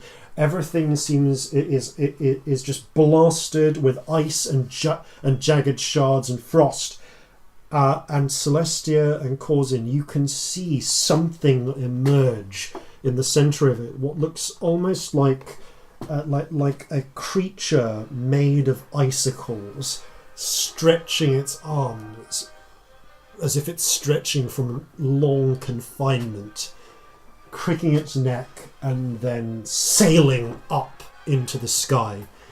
And with it, the blizzard seems to sweep upwards into the air and float away, a storm, until it vanishes into the ether. Oh, that's not good. What in the name of the regent was that? That is really not good. The fire is gone. I want to run upstairs and find wisdom as soon as I can. And you do so. Wisdom is holding tight against Lilith. Both of them are shaking, but they're already making their way down the stairs. Courage. Are you alright? I'm fine. Courage. Did you find him? Right. We found him, he's fine. Well, he's not fine, but he will be. She looks terrified. Lilith, you can see, is doing her best to just hold whatever she's feeling in, just being brave. That's good. That's good. Look, come on. Let's get down and see the others. There's no one inside. There's no one inside now. Okay. Everyone else is out. Everyone is now left. Is now into the centre of the courtyard. The fires are gone, and everyone is now gathered around Julia. I'd like to tie her up, Justice. please. Okay. Reach down and you begin the process of just binding her tightly with the rope you have. More tightly than necessary. Very tightly with the rope you have. Give me a dexterity check, please. Okay. That's a 15. Okay. With little assistance from Corzin, who is very used to working with ropes, you are able to tie her very securely up. I feel like I've made life more complicated. It might be simpler if she was dead. Revenge is a tide of blood. It may pull out for a time, but it will always come back in. That scamp is what I always believed. His Justice stares down at the trust form of Julia Reynolds.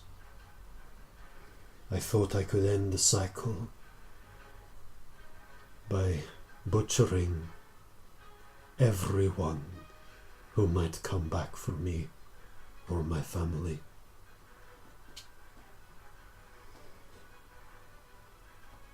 He looks over and you can see Courage is now sitting back against the wall, arms folded, just curled up, shivering and staring with a mixture of fear and hatred at Julia.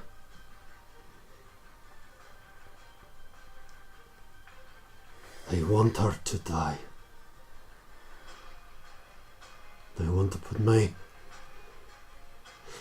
to take one of the antlers she broke from me and jam it into her neck. I think I'm still holding those.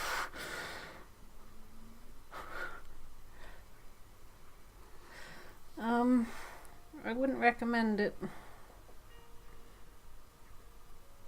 He nods a little, but he's just half in himself, half fixated on the bound woman. Hope stares down at her with something strange in her eyes. I don't want to kill her. I remember what it was like 10 years ago, and I don't want to kill people. How many? She gestures around at the bodies of the dead Reynolds gang members. How many of them had family? How many wives, husbands, children? Will we hunt them down again this time?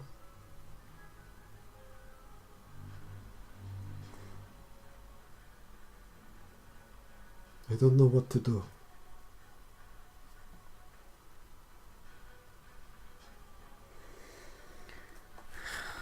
Neither do I. They're not going to stop hating us just magically because we spared her life. That's not going to change how she feels. She's going to wake up and want to kill us all.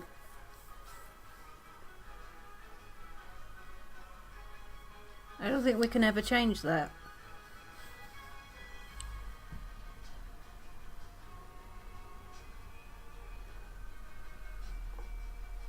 Is Corzin around? Oh yeah, you are all here. You are all here. Right.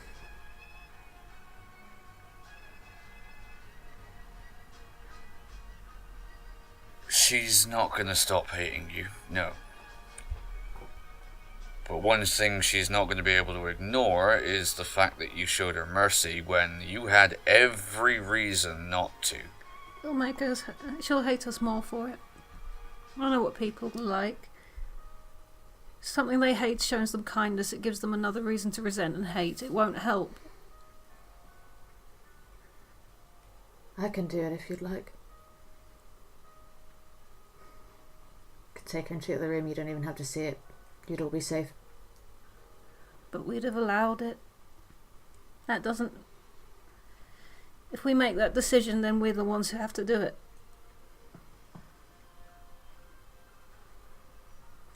Well, the only thing for otherwise is load her on a cart, send her out of the town, but then she's going to be out there. She's not stupid. She'll wake up in about 4 hours. Yep. And then she'll come back. Yeah. It's not hard to come back to a fucking town, is it? Well, or else not put her on a unless boat you out to put sea. on a boat, yes. She still knows about this place. I don't suppose you've got any magical way of making her forget? Nah. Yeah, I could burn her brain out, that'd do it. Nothing non-lethal. Nah, I can make her explode, but I can't just, wipe her and keep her alive.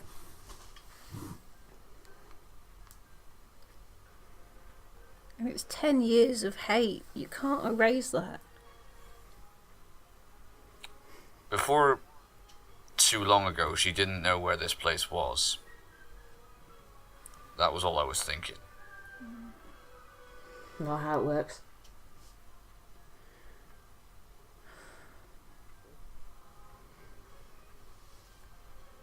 How you make someone forget is you kill them. That's all I know.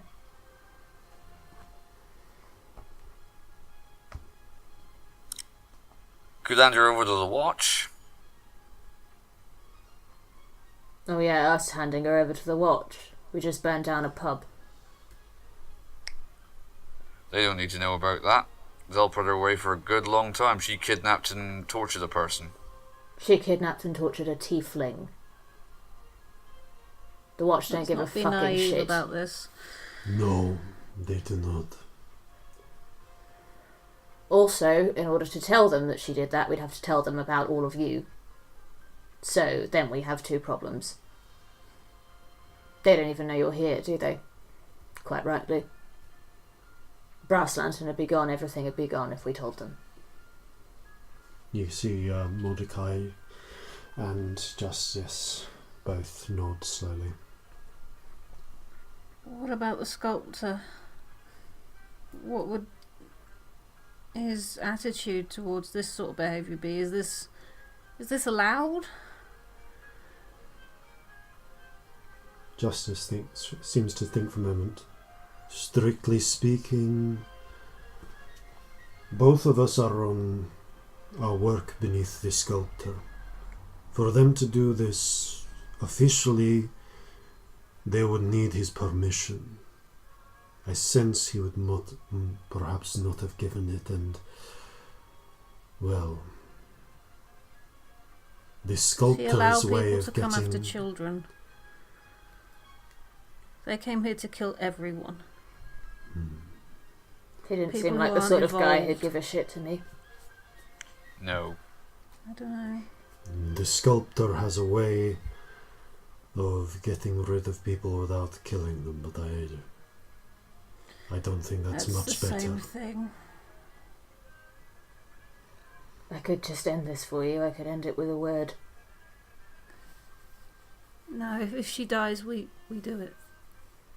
The one who delivers the sentence delivers the judge carries the axe. It's how it has to be. It's If right. it was just me in this room, the sentence had already been delivered.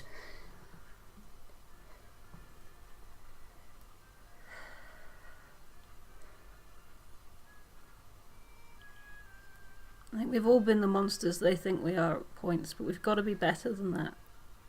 Otherwise, what's the point? She'll come back. I know.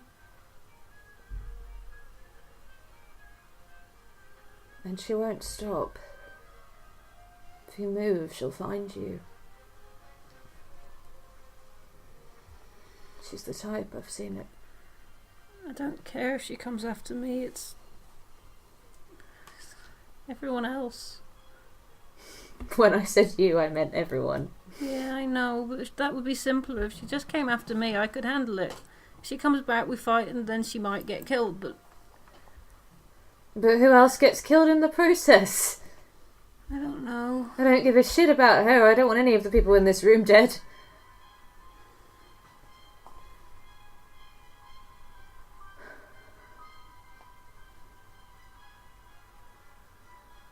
Let me do it, then it's on me. No. This is as much on any of us then. Standing by and letting it happen is the same as doing it yourself. I agree, says Wisdom. Maybe one day she comes back Depending on whether if we put her on the boat, it could be a long time away, but maybe one day she will. But all of this started because we tried to be monsters, so people wouldn't hunt us.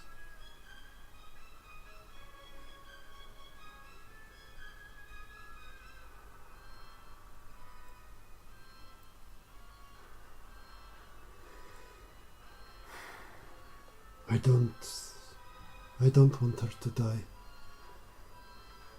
I don't want anyone to die.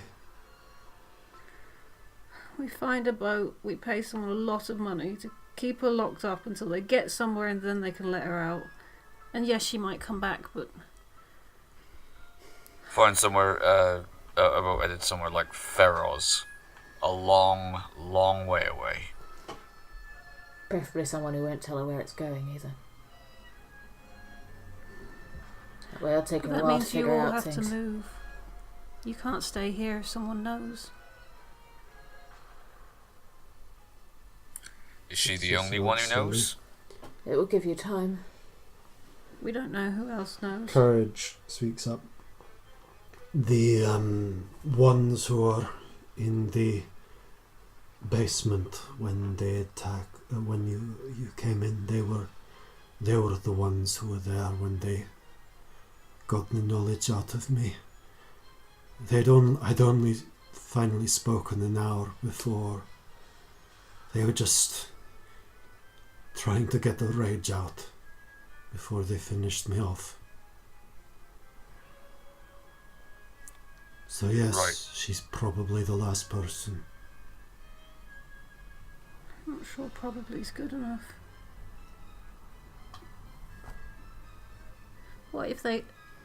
all she has to have done is tell one person as she left the bar? But one person? I mean, how many other members of the Reynolds family are there? Justice kind of looks around.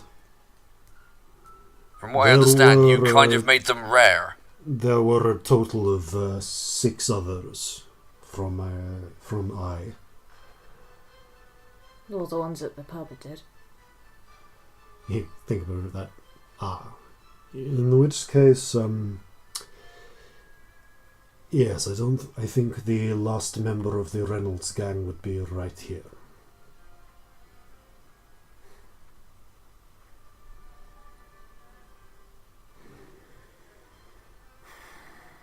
Well, then I say you put her on her boat, and then you make your own decisions. But for as long as we are together in this, you can count on my protection. Very well then. A lot of you have more than earned it. Corzin, you say for the boat. Celestia, you would argue to end this now. Scamp, you are one of us. What do you suggest then?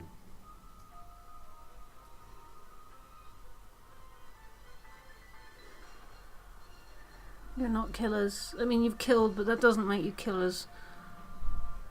You kill her now, you will be. Justice nods slowly. Then so be it. We'll put her into the cart. There is, I believe, a ship leaving for Eastern Haldanos. And we have some money. We can make sure they don't take the chains off until she gets halfway across the world. That should buy us some time. Money. We have money, don't worry. For this.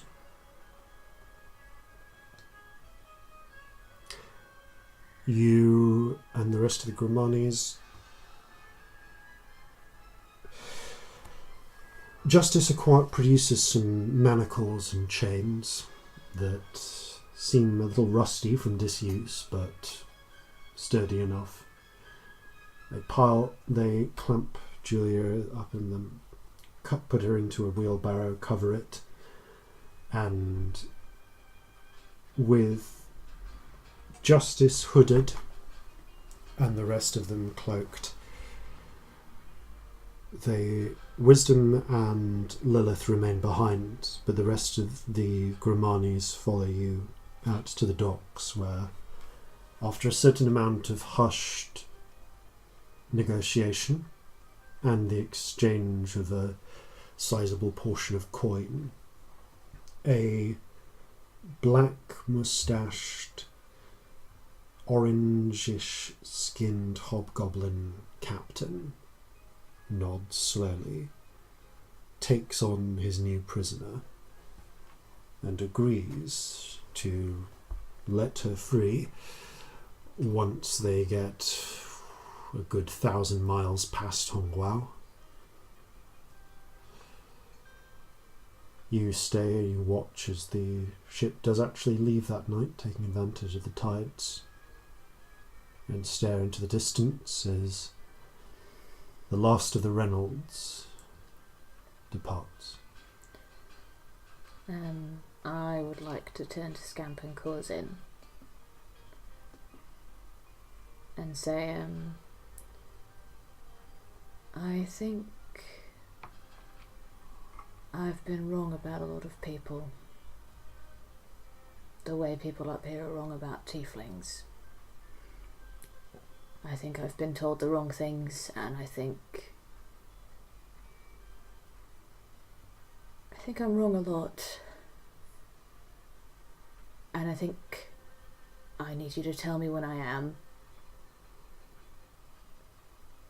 Because I don't want to be those people.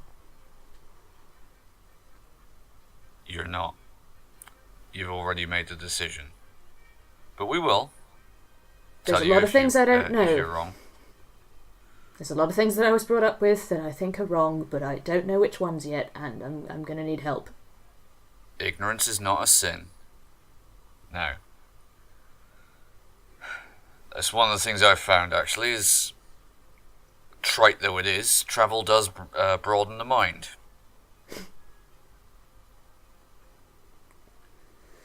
But anyway, I think, difficult a decision though it was, you made the right call here.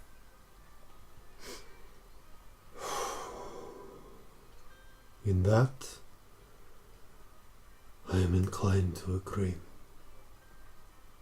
We will have some time, some months to prepare. It is a long journey to the far side of Aldanos, and a long journey back. Longer, most likely. There will be time to get our affairs in order, sell what we must, make preparations. And if we must move to save who we are, then we will.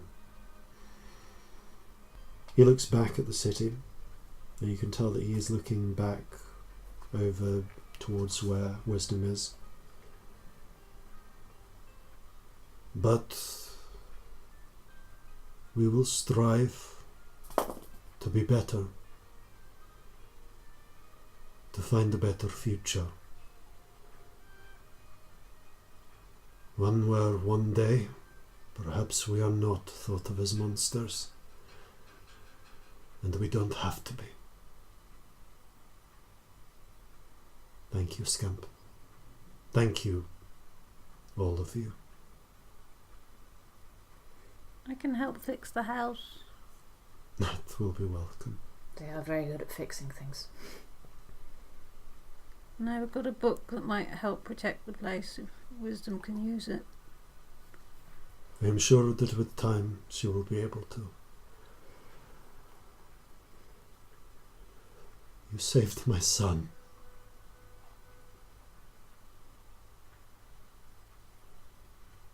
I don't know if when you leave this place we will ever meet again. But know that the Gramanis are always in your debt. No, you're not.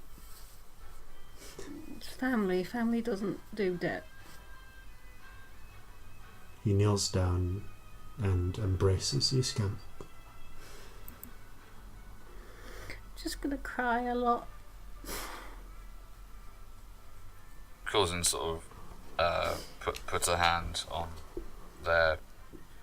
either their back or their shoulder, whichever he can reach. I'd like to put my hand on their other shoulder. Wherever you wipe go, my eyes with the other hand. wherever we go, know that you will always have a home with us.